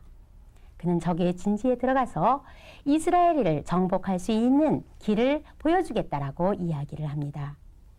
그녀의 미모에 홀로페르네스는 깜짝 놀랐을 뿐만 아니라 바로 이스라엘을 효과적으로 정복하는 길을 가르쳐준다라는 이 말에 또 그녀에게 매료될 수밖에 없었습니다.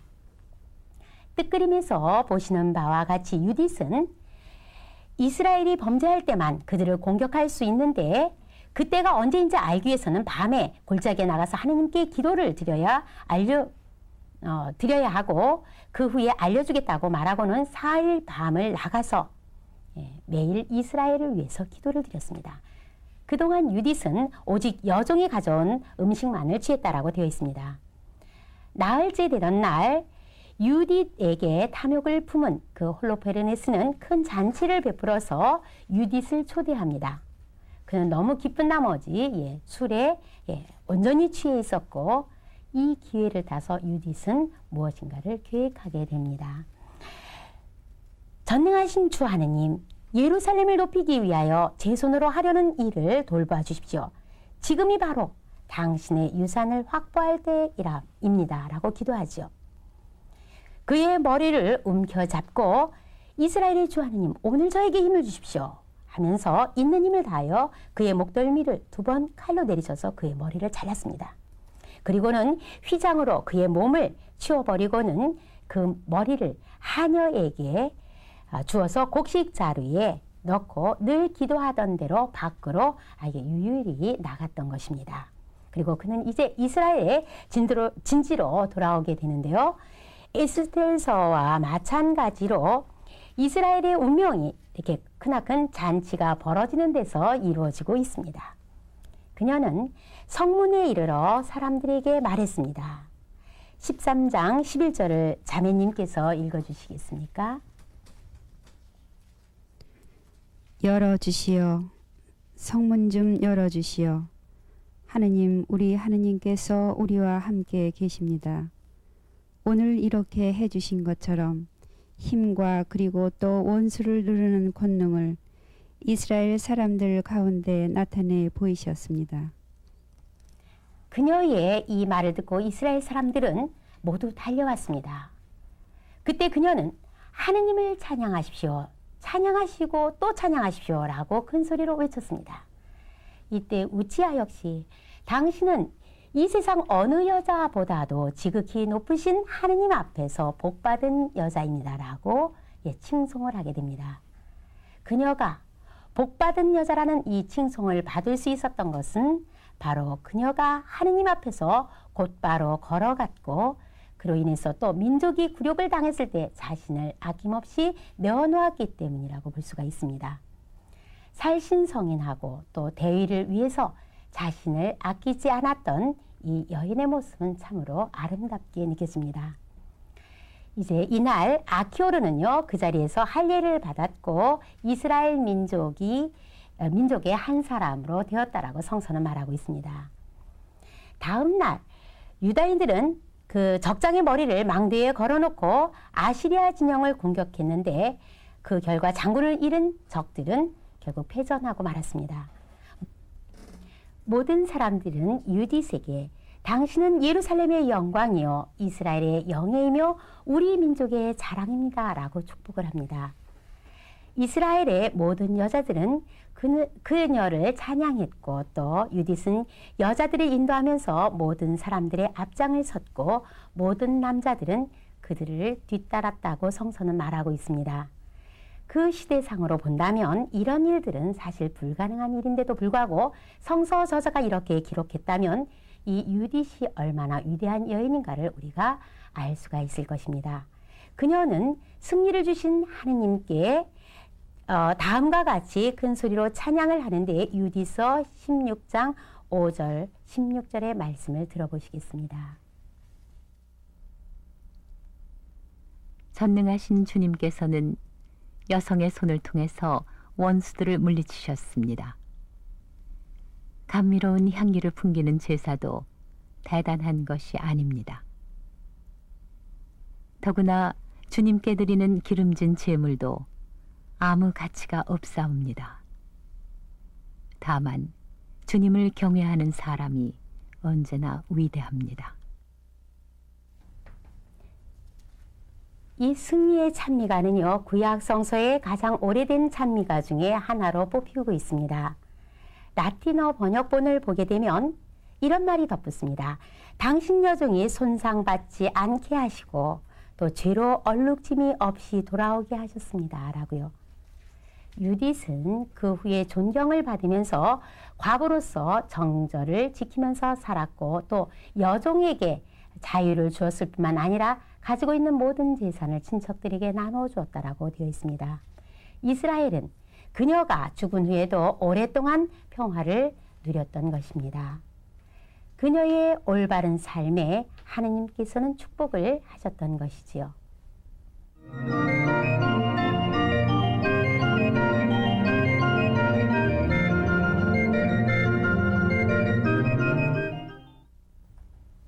유딧은 진정 위대한 여인이었습니다.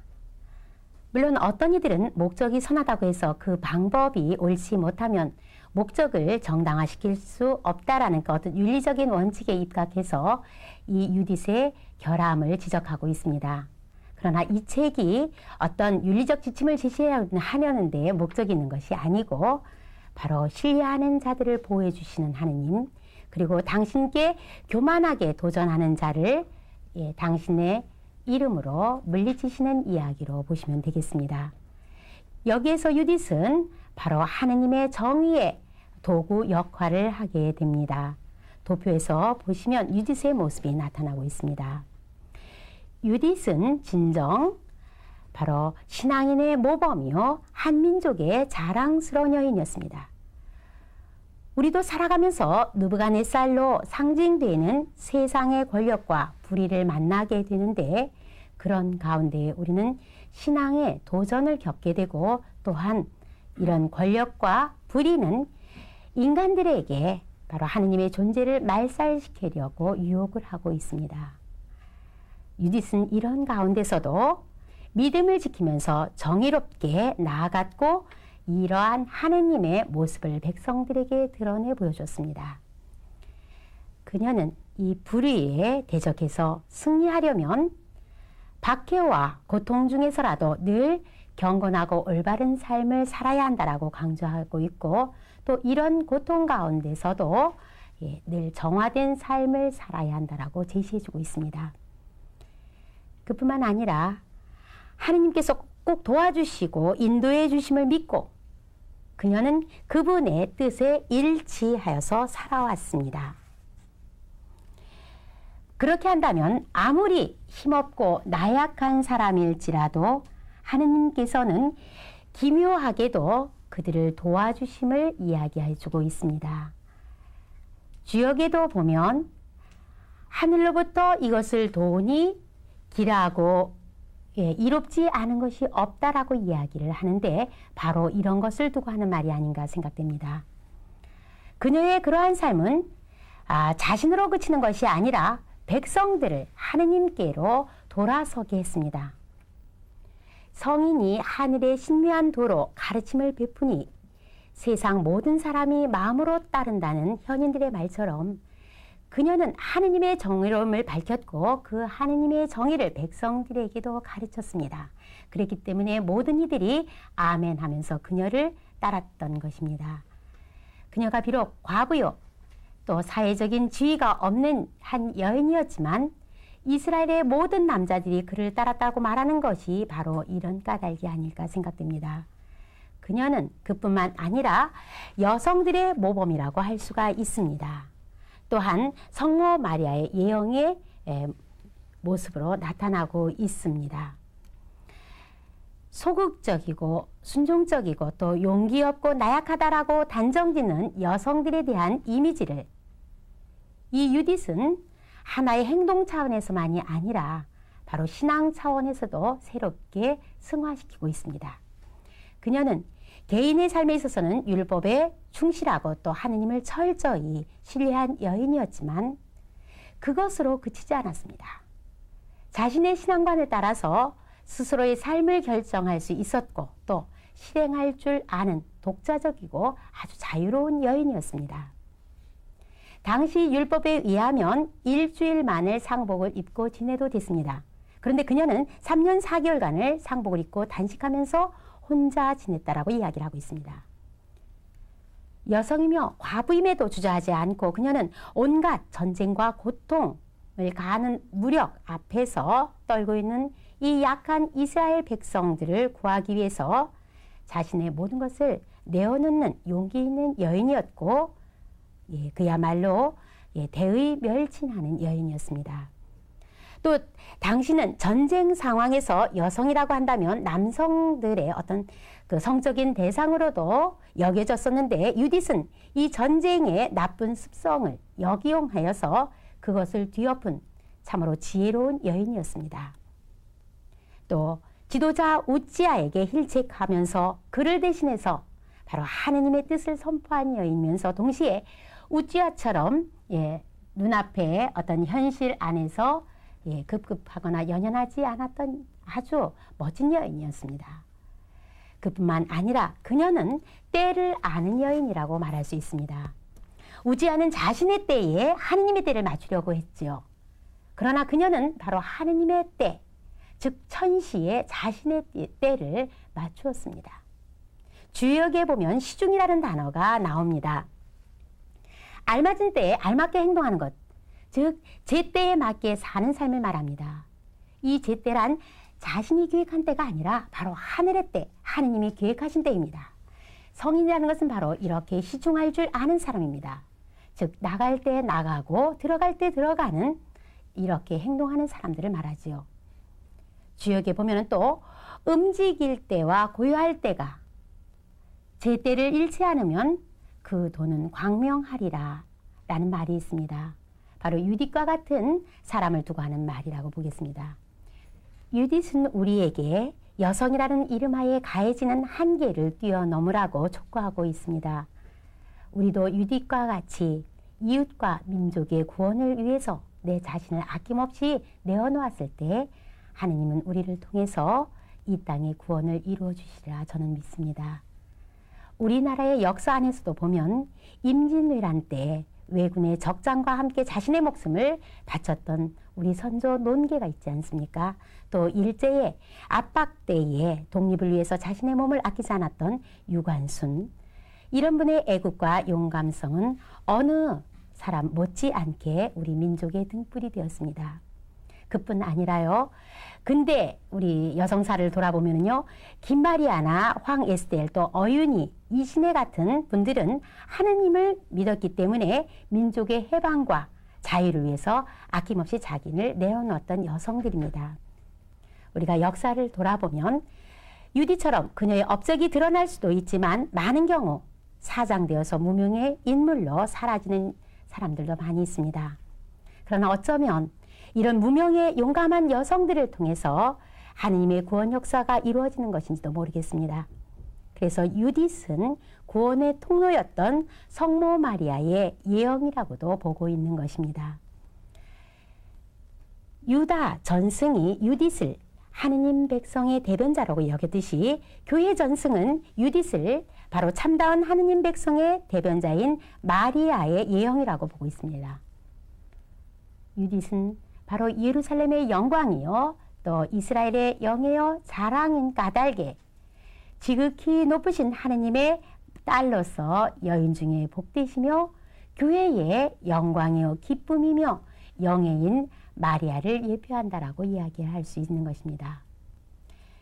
가부장적인 사고 안에서 이 여인 이야기가 이렇게 나왔다고 본다면 실제상 이 여인의 위력이 얼마나 컸고 그녀는 남다른 권위가 있었는지도 모르겠습니다.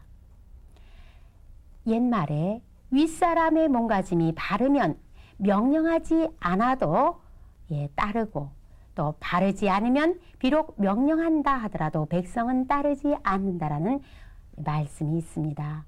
우리는 이렇게 해서 간단하게나마 유짓을 통해서 새로운 용기와 힘을 얻게 되었습니다. 우리 안에 계신 하느님의 능력과 힘은 강자를 통해서가 아니라 오히려 나약한 자를 통해서 또 나약한 자를 강하게 지혜롭게 참답게 살 수 있도록 제시해주고 있습니다. 다음은 에스텔서를 함께 보시겠습니다. 역사서 에스텔. 위대한 여인 에스텔, 당신하고가 아니면 기쁜 날이 단 하루도 없었습니다. 지금 공부하게 될 그 에스텔서는 유디서와 마찬가지로 미드라시의 문학 작품입니다. 이 책은 바로 하느님께서 당신 백성을 파멸의 위험에서 건져주시기 위해서 당신 친히 용의 주도하고 계심을 알려주고 있는 책입니다. 페르시아 제국에 남아있던 유다인들이 이제 한 이방인 고관의 음모에 의해서 멸망의 위기를 겪게 되는데, 하느님은 에스텔이라고 하는 유대인의 여인을 통해서 그들을 구원하는 내용으로 아주 극적으로 꾸며져 있습니다. 이 책은 최후의 싸움인 야훼 날을 알리고 있으며 또 승리를 거두시는 분은 하느님이시라는 묵시적인 성격을 띠고 있는 책입니다. 또한 유배에서 귀환한 이후에 유대인들이 행했던 그 부림 축제의 기원을 설명하는 데에도 이 목적이 있다고 볼 수가 있습니다. 여기서 묘사된 그 지나친 국수주의나 애국심은, 또 폭력을 폭력으로 갚는 것 등은 바로 신약의 어떤 복음 정신과는 좀 거리가 멀고 있습니다. 그러나 전체 책의 내용 안에서 본다면 억울한 이의 울부짖음을 들어주시는 야훼 하느님의 그 핵심이 이 안에서도 들어가 있습니다. 그럼 에스텔서가 어떻게 쓰여졌는지 보겠습니다.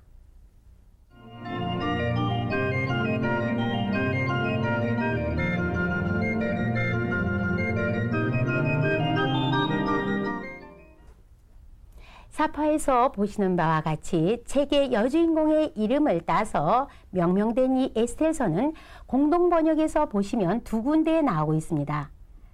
즉 1장부터 10장까지는 원본이 히브리어로 쓰여졌기 때문에 느헤미야 다음에 위치하고 있고, 여기에는 바로 에스텔의 이스라엘 구출 및 그 불임절 축제의 기원을 다루고 있습니다. 11장부터 16장까지는 원본이 그리스어로 쓰여졌기 때문에 제2경전에 속하면서 유디서 다음으로 배열되어 있습니다. 그리고 거기에는 바로 모르드게의 꿈, 또 음모라든가 모르드게나 에스텔의 기도, 또 복권형 등이 나오고 있습니다. 개신교에서는 이 부분의 경전성을 부정하고 있습니다. 히브리어의 에스텔서는 바로 5 축제 두루마리 중에 하나로 불려지고 있습니다. 유대인들은 5대 축제 때에 성서 하나씩을 읽게 되는데요. 이것을 축제 5경이라고 이야기를 합니다. 즉 과월절에는 아가서를, 초막절에는 전도서를, 티자베아브에서 성전 파괴 기념일은 애가서를, 그리고 오늘 공부하게 되는 이 불임절 때는 에스텔서를 읽게 됩니다. 그러면서도 이 에스텔서가 히브리 경전으로 인정되기까지는 많은 어려움을 겪게 되는데요. 그 이유는 적어도 제1경전의 에스텔서에서는 하느님이라는 말이 한 번도 언급되어 있지 않습니다. 그뿐만 아니라 유다인과 또 이방인 사이를 갈라놓는 그 증오심을 찬양하는 것처럼 묘사가 되어 있고요. 나아가서 에스텔이 한 번의 학살에 만족치 않고 두 번째의 학살을 왕에게 요청할 만큼 복수심에 불타고 있는 내용을 담고 있을 뿐만 아니라, 또 모세의 율법에 없는 새로운 축제, 즉 불임절을 권유하고 있다라는 데서 정경으로 볼 수가 없었는데, 기원 후 2세기에 와서야 비로소 경전으로 인정을 받게 됩니다. 말틴 루터는 에스텔서가 차라리 없었으면 좋았다라고 그 심정을 토로하고 있지만, 사실은 에스텔서의 저변에 깔려있는 신학 사상은 우리에게 상당히 중요하다라고 볼 수가 있습니다. 지필연대를 살펴보면요, 기원전 160년경 팔레스티나에서 이미 유다인들이 그 모르드게의 날 해서 기념축제를 거행한 것으로 본다면, 히브리어 부분은 기원전 2세기 말에 비해서 3세기, 또 그리스어 에스텔서는 이 시대부터 시작해서 기원전 114년 사이에 완성된 것으로 봅니다. 에스텔서는 유일하게 그 꿈란에서 발견되지 않은 성서라고 볼 수가 있습니다. 문학 유형과 역사성을 살펴보면요, 에스텔서에 나타난 역사는 어떤 부분은 상당히 신빙성이 있는 부분으로 나타나고 있습니다. 즉 수사성이나 지방을 구분해서 다스리는 모습이나, 또 대궐과 그 후궁이 구별되어 있고 왕의 법령이 떨어지면은 다시 수정할 수 없다라는 것, 또 7명으로 구성된 어전회의, 또는 왕이 부르지 않고서는 왕을 아련할 수 없다는 점 등등이 바로 역사적으로 증명되는 사실입니다. 반면에 에스겔서가 하가다 미드라시 문학 유형에 속한 것이기 때문에 비역사적인 요소들 내지는 역사적인 사실과 틀린 점들이 나타나고 있습니다. 예를 들면 아하스웨로스 왕 때에 와스디나 또는 이 에스텔이라고 하는 여왕의 이름이 없다라는 것입니다. 또 기원전 6세기에서 4세기 경에 유다인들이 주도가 되어서 7만 5천 명이라고 하는 대량 학살을 벌인 사건도 역시 없었던 것입니다. 그럼 이제 에스텔 왕후 안에서 나타나는 그 하느님의 구원 역사를 함께 보시겠습니다.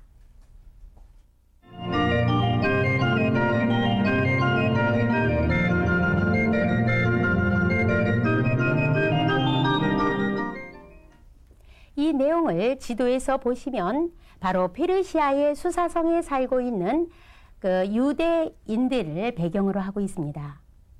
많은 지방을 다스리고 있던 이 페르시아의 아하스웨로스 왕이 수도인 그 수사성에서 고관대적 그 대작들을 초대해 가지고 잔치를 베푸는데 왕은 그 왕후의 아름다움을 자랑하고 싶어서 왕후를 초대합니다. 그러나 와스디 왕후는 거절을 하고 참석하지 않았고 이로 인해서 왕은 화가 났었습니다. 그래서 법률가와 대신들에게 그 처리 방법을 물었고 그들은 바로 이런 것들은 바로 신하와 백성들에게 누를 끼친 것이기 때문에 이제 새로운 왕후를 뽑으라고 얘기를 하고 전국에 칙서를 보내게 됩니다. 그때 많은 후보 아가씨들 중에는 수사성에 살고 있는 모르드게라고 하는 유다인의 사촌, 누이요, 또 양녀인, 히브리 이름으로는 하다사, 그리고 페르시아 이름으로는 에스텔이라고 하는 여인이 있었는데 그녀는 몸매도 아름답고 용모도 단정했었습니다. 그녀는 모든 처녀들을 물리치고 이제 왕의 김과 사랑을 독차지하게 됐고 왕은 그의 머리에 화관을 씌워주면서 와스디 왕후를 대신해서 왕비로 모시게 됩니다. 모르드게는 그녀에게 자기의 그 혈족과 인척 관계를 비밀로 하라고 이야기를 하게 되지요. 한편 모르드게는 궁궐 대문에서 일을 보고 있을 때에 수문장 두 사람이 왕 암살 음모가 있는 것을 왕에게 고하게 되고 왕의 위기를 모면하게 해줍니다. 이 일이 궁중실록에 기록되어 있었고 모르드게의 이름도 거기에 적히게 되었습니다. 그런데요, 당시 총리 대신인 하만이라고 하는 사람이 엄청난 권한을 가지고 있었습니다. 왕의 모든 신하들은 그에게 무릎을 꿇고 절을 하게 했었는데 모르드게만큼은 그에게 굴복하지 않았습니다. 그래서 이 일을 핑계로 해서 유다인을 증오하게 됐던 이 하만은 유다인들을 어떻게 하면 전멸시킬까 생각을 했고 그들을 죽이기로 작정을 합니다. 그리고 왕의 인준을 받았습니다. 고관에게 굽혀 인사하는 것은 유대 종교와는 별개의 것으로 아무 문제가 되지 않았습니다. 그러한 행위는 바로 동방 왕국에서의 예절이었고요. 이스라엘에서도 행해졌던 일이었습니다. 그러나 모르드게가 이것을 거부한 것은 하느님이나 율법에 대한 어떤 충실성에 의한 것이 아니라 바로 민족적인 자존심에 대한 반응이라고 볼 수가 있겠습니다.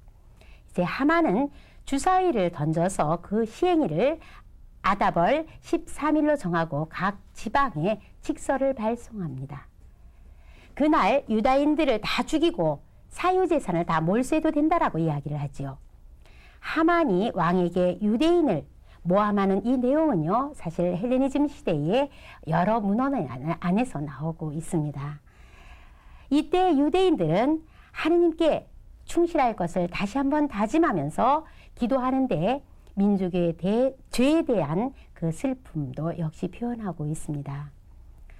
모르드게가 이 소식을 듣고 이제 회개의 의미로 바로 슬퍼하면서 옷을 벗고 굵은 베옷으로 갈아입습니다. 그리고 머리에는 재를 뒤집어 쓰고 이 사실을 에스텔에게 알려서 왕으로서 이제 이 유다인의 불행을 돕도록 하고 있습니다. 그런데 당시 법으로는요, 왕의 부름을 받지 않고 왕에게 나갔다가 만약에 왕이 금지팡이를 내밀어 주지 않으면 사형을 받게 되었는데 그때 모르드게는 이런 때의 왕국에서 끝내 입을 다물고 있으면 다른 데서라도 구원의 손길이 와서 유다인들 앞에 살 길이 열릴 것이요. 바로 이런 때에 손을 쓰라고 왕의 자리에 오른 것이 아니겠소? 라고 말을 합니다. 그녀는 에스겔서 4장 15절에서 16절에서 다음과 같이 말했습니다.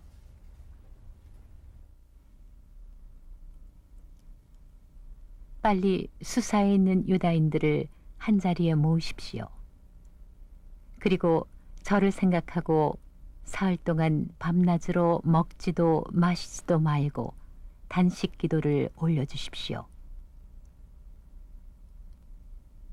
저도 시녀들과 함께 단식 기도를 올리겠습니다. 그런 뒤에 법을 어겨서라도 어전에 나가 뵙겠습니다. 그러다가 죽게 되면 기꺼이 죽겠습니다. 그리고는 에스텔은 주 하느님께 기도를 드렸습니다. 그 내용은 뒷부분 즉 13장에서 14장의 그 기도의 내용이라고 볼 수 있는데요. 이 기도는 구약 신심의 어떤 풍부한 내용을 밝혀주고 있고 또 범민족적인 유익보다는 오히려 자기 정당화에 마음을 쓰고 있는 부분도 역시 함께 포함되고 있습니다. 그렇지만 이 기도에는 에스텔의 신앙이 함께 잘 드러나고 있습니다. 나는 홀몸, 당신 외에 아무런 구원자도 나에겐 없습니다. 또 당신의 여종인 나는 이 자리에 올라서부터 오늘까지 당신하고가 아니면 기쁜 날이 단 하루도 없었습니다라고 고백합니다. 이제 그녀는 유다인을 구하기 위해서 죽을 각오를 하고 어전 안뜰에 들어갔는데 마침 왕이 금지팡이를 내밀었고 그녀가 원하는 것이 무엇인지 이 나라 반이라도 주겠다고 하자 왕과 하만을 잔치에 초대하고 싶다고 이야기를 합니다. 그녀의 계획대로 왕과 하만을 초대하게 되었는데 왕은 이날 너무 기뻤습니다. 그래서 이 에스텔은 다음 날 또 이렇게 초대를 하기를 원했고 또 자신의 수청을 다음 날 알려주기로 했습니다. 한편 하만은요, 그동안 자기에게 오만불순했던 그 모르드게를 죽일 그 기둥을 세워놓고 왕에게 허락을 받으려고 했었습니다. 때마침 왕이 잠이 오지 않아서 궁중실록을 읽던 중 모르드게가 자기를 암살 위험에서 구해준 일을 발견하고 늦기는 했지만 그 공을 취하려고 방법을 하만에게 물었습니다. 근데 하만은 그 상을 받는 사람이 자기인 줄 착각을 했었습니다. 그래서 임금의 의복을 입히고 관을 씌워서 말을 태워 성례를 돌면서 왕께서 상을 내리시려는 사람에게는 이렇게 해주마 라고 외치게 했던 것입니다. 그러나 그 상을 받은 사람이 자신이 아니라 모르드게임을 알고는 어쩔 수 없이 모르드게가 공개적으로 영광을 받게 되었습니다. 이제 두 번째 그 초대 잔치에서 에스텔은 유다인의 멸망 의기를 임금께 전하게 되었고 그 음모자가 바로 왕 앞에 있는 하만이라고 이야기를 하게 됩니다. 왕은 진정으로 분노를 했고 하만이 모르드게를 죽이기 위해서 준비해 놓은 그 기둥을 이제 하만과 그의 10아들을 매달아 죽이기로 했습니다. 그렇게 해서 하만의 자리에 이제 모르드게가 들어서게 되고 에스텔은 임금께 청해서 유다인의 살길을 터놓았습니다. 뜻그림에서 보시는 바와 같이 하느님의 손길은 이제 왕의 마음을 움직입니다. 왕은 칙서를 전국에 보내어 유다인들이 그들을 박해하려던 모든 민족들을 몰살하고 재산을 약탈해도 좋다라고 이야기를 합니다. 에스겔서 8장 16절에서 17절의 말씀을 들으시겠습니다. 마침내 유다인들에게는 빛나는 영광과 벅찬 기쁨이 찾아온 것이다. 이 어명이 법령으로 선포된 지방이나 도시 어디서나 유다인들은 이날을 축일로 삼고 잔치를 벌이며 기뻐 뛰었다. 다른 민족들로서 유다인으로 귀화하는 사람도 많았다. 그만큼 그들은 유다인들의 위력에 눌렸던 것이다.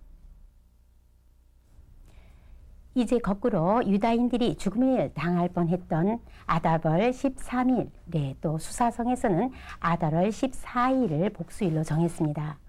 동태 복수법의 도식을 쓰고 있는 것입니다. 그날이 되자 유다인들은 이제 정당방위로 한데 뭉쳐서 원수들을 죽이는데요. 이때 죽은 사람만 해도 7만 5천 명이라고 기록을 하고 있습니다. 이 대량 학살은 역사적인 것은 아니지만 지나치게 이런 과장된 숫자나 기술법이 오히려 저술의 목적을 해치고 있는지도 모르겠습니다. 유다인들은 이 전화위복을 가져온 이날을 기념해서 불임철 축제를 지내게 됩니다. 그 후 모르드게는 권력을 잡았고 위대한 업적을 남겼으면서 또 유다인들에게 기림과 사랑을 받았다라고 기록되어 있습니다. 그럼 잠시 불임절에 대해서 알아보기로 하겠습니다. 불임절은 바로 유다인 절멸의 날을 택하기 위해서 던졌던 그 주사의 이름을 따서 불임이라고 한 것입니다. 유다인들은 바로 이 전화위복의 날을 기념해서 해마다 아달월 14일과 15일에 지내게 됩니다. 불임이라는 바로 주사위 축이라는 뜻이고 주사위는 페르시아어로 불에서 유래된 것인데 이 축제는 본디 이교도들의 축제였는데 유대인들이 이것을 자기네 축제로 받아들였다라고 보고 있습니다. 이 날은 쓰라림이 기쁨으로 바뀌고 또 초상날이 축제일로 바뀐 날입니다. 유다인들이 이제 원수에게 풀려난 날이면서 이 날을 기쁜 날이기 때문에 가난한 사람들과 함께 나누는 날로 정하고 있습니다. 탈무드에서는요, 메시아가 와서 다른 모든 축제가 사라져도 불임절은 계속 지켜질 것이라고 말하고 있습니다.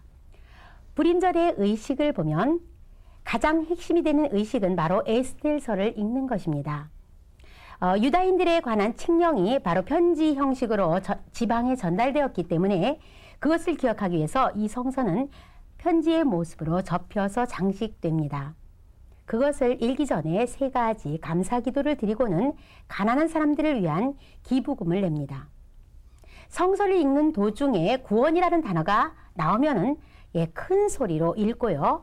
하만의 10아들의 이름이 나오면 단숨에 읽어서 그들이 동시에 처형되었다라는 것을 의미했습니다. 또 하만의 이름이 나올 때는 어린이들로 하여금 소리를 지르고 기구를 써서 시끄럽게 해서 그 소리가 안 들리게 했었습니다. 또 선물 교환, 적어도 2 이상의 가난한 사람들에게 돈을 나누어 주었고 또 축제 음식을 들면서 즐기고 또 술을 마셨습니다. 그것도요, 조금 마신 것이 아니라 정신이 없도록 마셔서 하만과 모르드게를 구분할 수 없을 정도로 마셨던 것입니다. 이처럼 지나칠 정도의 음주가 권장되는 축제는 이 축제뿐입니다. 그러나 그 전날에는요, 왕후의 단식을 기억하면서 그들 역시 단식을 하게 됩니다.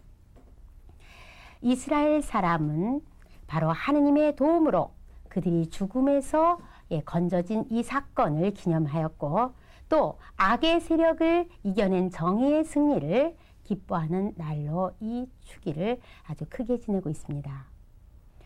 의인은 살고 악인은 벌한다는 생각은 물론 오늘날의 시각으로 볼 때는 문제가 따르고 있지만 오늘을 사는 우리에게도 변치 않고 전해지는 메시지라면 바로 하느님은 가엾은 사람을 그냥 보고 계시지 않는다는 것이고 또 절망의 구렁텅이에 빠져서 하느님께 탄원을 드릴 때 하느님은 그들을 살려주신다는 것을 알려주고 있습니다. 잠시 위대한 여인 에스텔 안에서 알려주시는 메시지를 보겠습니다.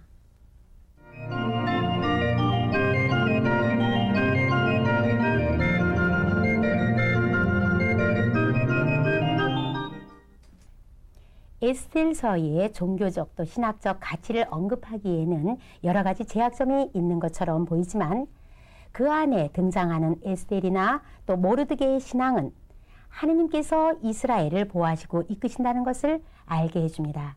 특히 에스텔은요, 자신을 통해 하느님의 구원의 손길이 와서 유다인을 살릴 것이라는 것을 믿고 행동한 여인이었습니다.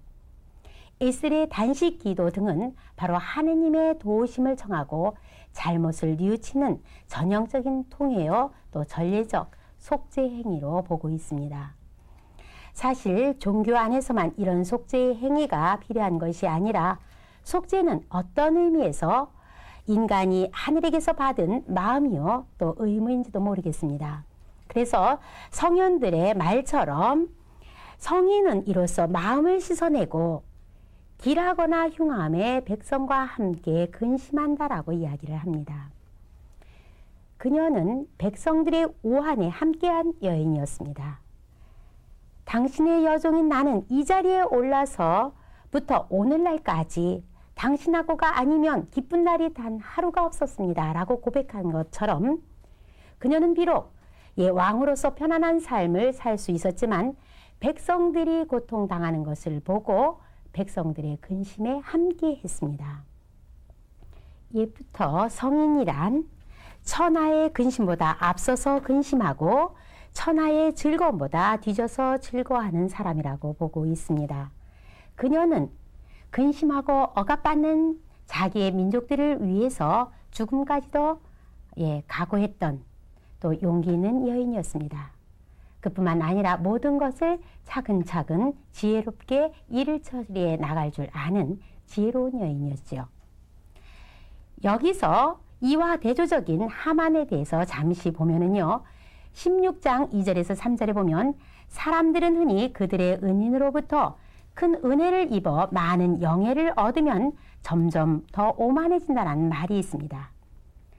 자기들이 받은 은혜를 제대로 간직하지 못하고 오히려 해치는 음모를 꾸미기에 이릅니다. 하만을 통해서 볼 수 있는 것은 바로 그의 교만이었습니다. 주역에 보면 항용유예라는 말이 있습니다. 높이 올라간 용은 후회함이 있으리라. 높으면 높을수록 조심하지 않기에 후회할 일이 벌어지게 마련입니다. 그래서 높이 오를수록 오히려 겸손해져야 한다고 말하고 있습니다. 주역에 또 보면은요, 귀신도 찬 것을 해치고 겸손한 것을 복을 주고 있고요. 사람의 도리도 역시 찬 것은 미워하고 겸손한 것을 좋아한다라고 이야기를 합니다. 겸이라는 것은 높고도 빛나며 또 낮아도 넘을 수 없는 것이라고 보겠습니다. 에스더서 13장 14절에서 15절의 말씀을 들으시겠습니다. 내가 한 일은 인간의 영광보다는 하느님의 영광이 더 높다는 것을 드러내기 위한 것이었습니다. 주님, 나는 당신을 제외하고는 아무에게도 굴복하지 않겠습니다. 그렇게 하는 것은 내가 오만하기 때문이 아닙니다. 그러니 주 하느님, 아브라함의 하느님이신 임금님, 당신 백성을 살펴주소서.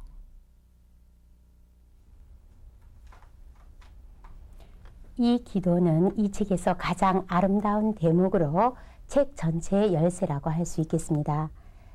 그분만이 진정 우리를 구원하실 분입니다. 우리도 자신의 존재가 참으로 비천하고 죄스럽다라고 하는 생각에 절망감에 빠지기 쉽습니다. 이럴 때 이런 사슬의 고통을 끊어주실 분은 바로 야훼 하느님 한 분이십니다. 지난 시간과 이 시간에 우리는 역사서의 한 부분인 하가다 미드라시 문학 유형을 띤 토비트서를 함께 공부했고 또 오늘 유디서와 에스더서를 함께 보았습니다. 우리는 이것을 통해서 변함없는 사랑으로 구원의 손길을 펼쳐주시는 주님의 사랑을 체험해 보았습니다. 우리가 어떤 상황이든 간에 그분은 늘 우리와 함께 계시고 또 우리의 울부짖음보다도 더 먼저 우리를 보살펴 주시고 인도해 주시는 분이십니다. 이런 주님의 사랑을 말씀과 삶 안에서 느끼며 사시기를 희망하면서 이 시간을 마치겠습니다. 다음 이 시간에는 이용결 루카 봉사자님의 마카베오서 강의가 있으니 많은 시청을 바랍니다. 시청자 여러분, 다음 이 시간까지 말씀 안에서 기쁜 삶 되시기를 기도드리며 안녕히 계십시오. 함께 마침 기도를 드리겠습니다. 주님, 유딧과 에스겔이 당신하고가 아니면 기쁜 날이 단 하루도 없다고 사랑을 고백했듯이 저희들도 당신만이 우리의 행복임을 고백합니다. 비록 당신께 대한 저희들의 응답의 삶에 늘 구멍도 나고 얼룩이 지기는 하지만 한결같은 당신 사랑을 이제 저희들도 따라야 하지 않겠습니까? 때론 당혹하고 감당하기 어려운 상황이 닥칠지라도 오직 당신께만 참된 길이 있음을 믿고 유딧과 에스텔처럼 용감히 당신을 따를 수 있게 하여 주십시오. 우리 주 그리스도를 통하여 비나이다. 성부와 성자와 성령의 이름으로 아멘.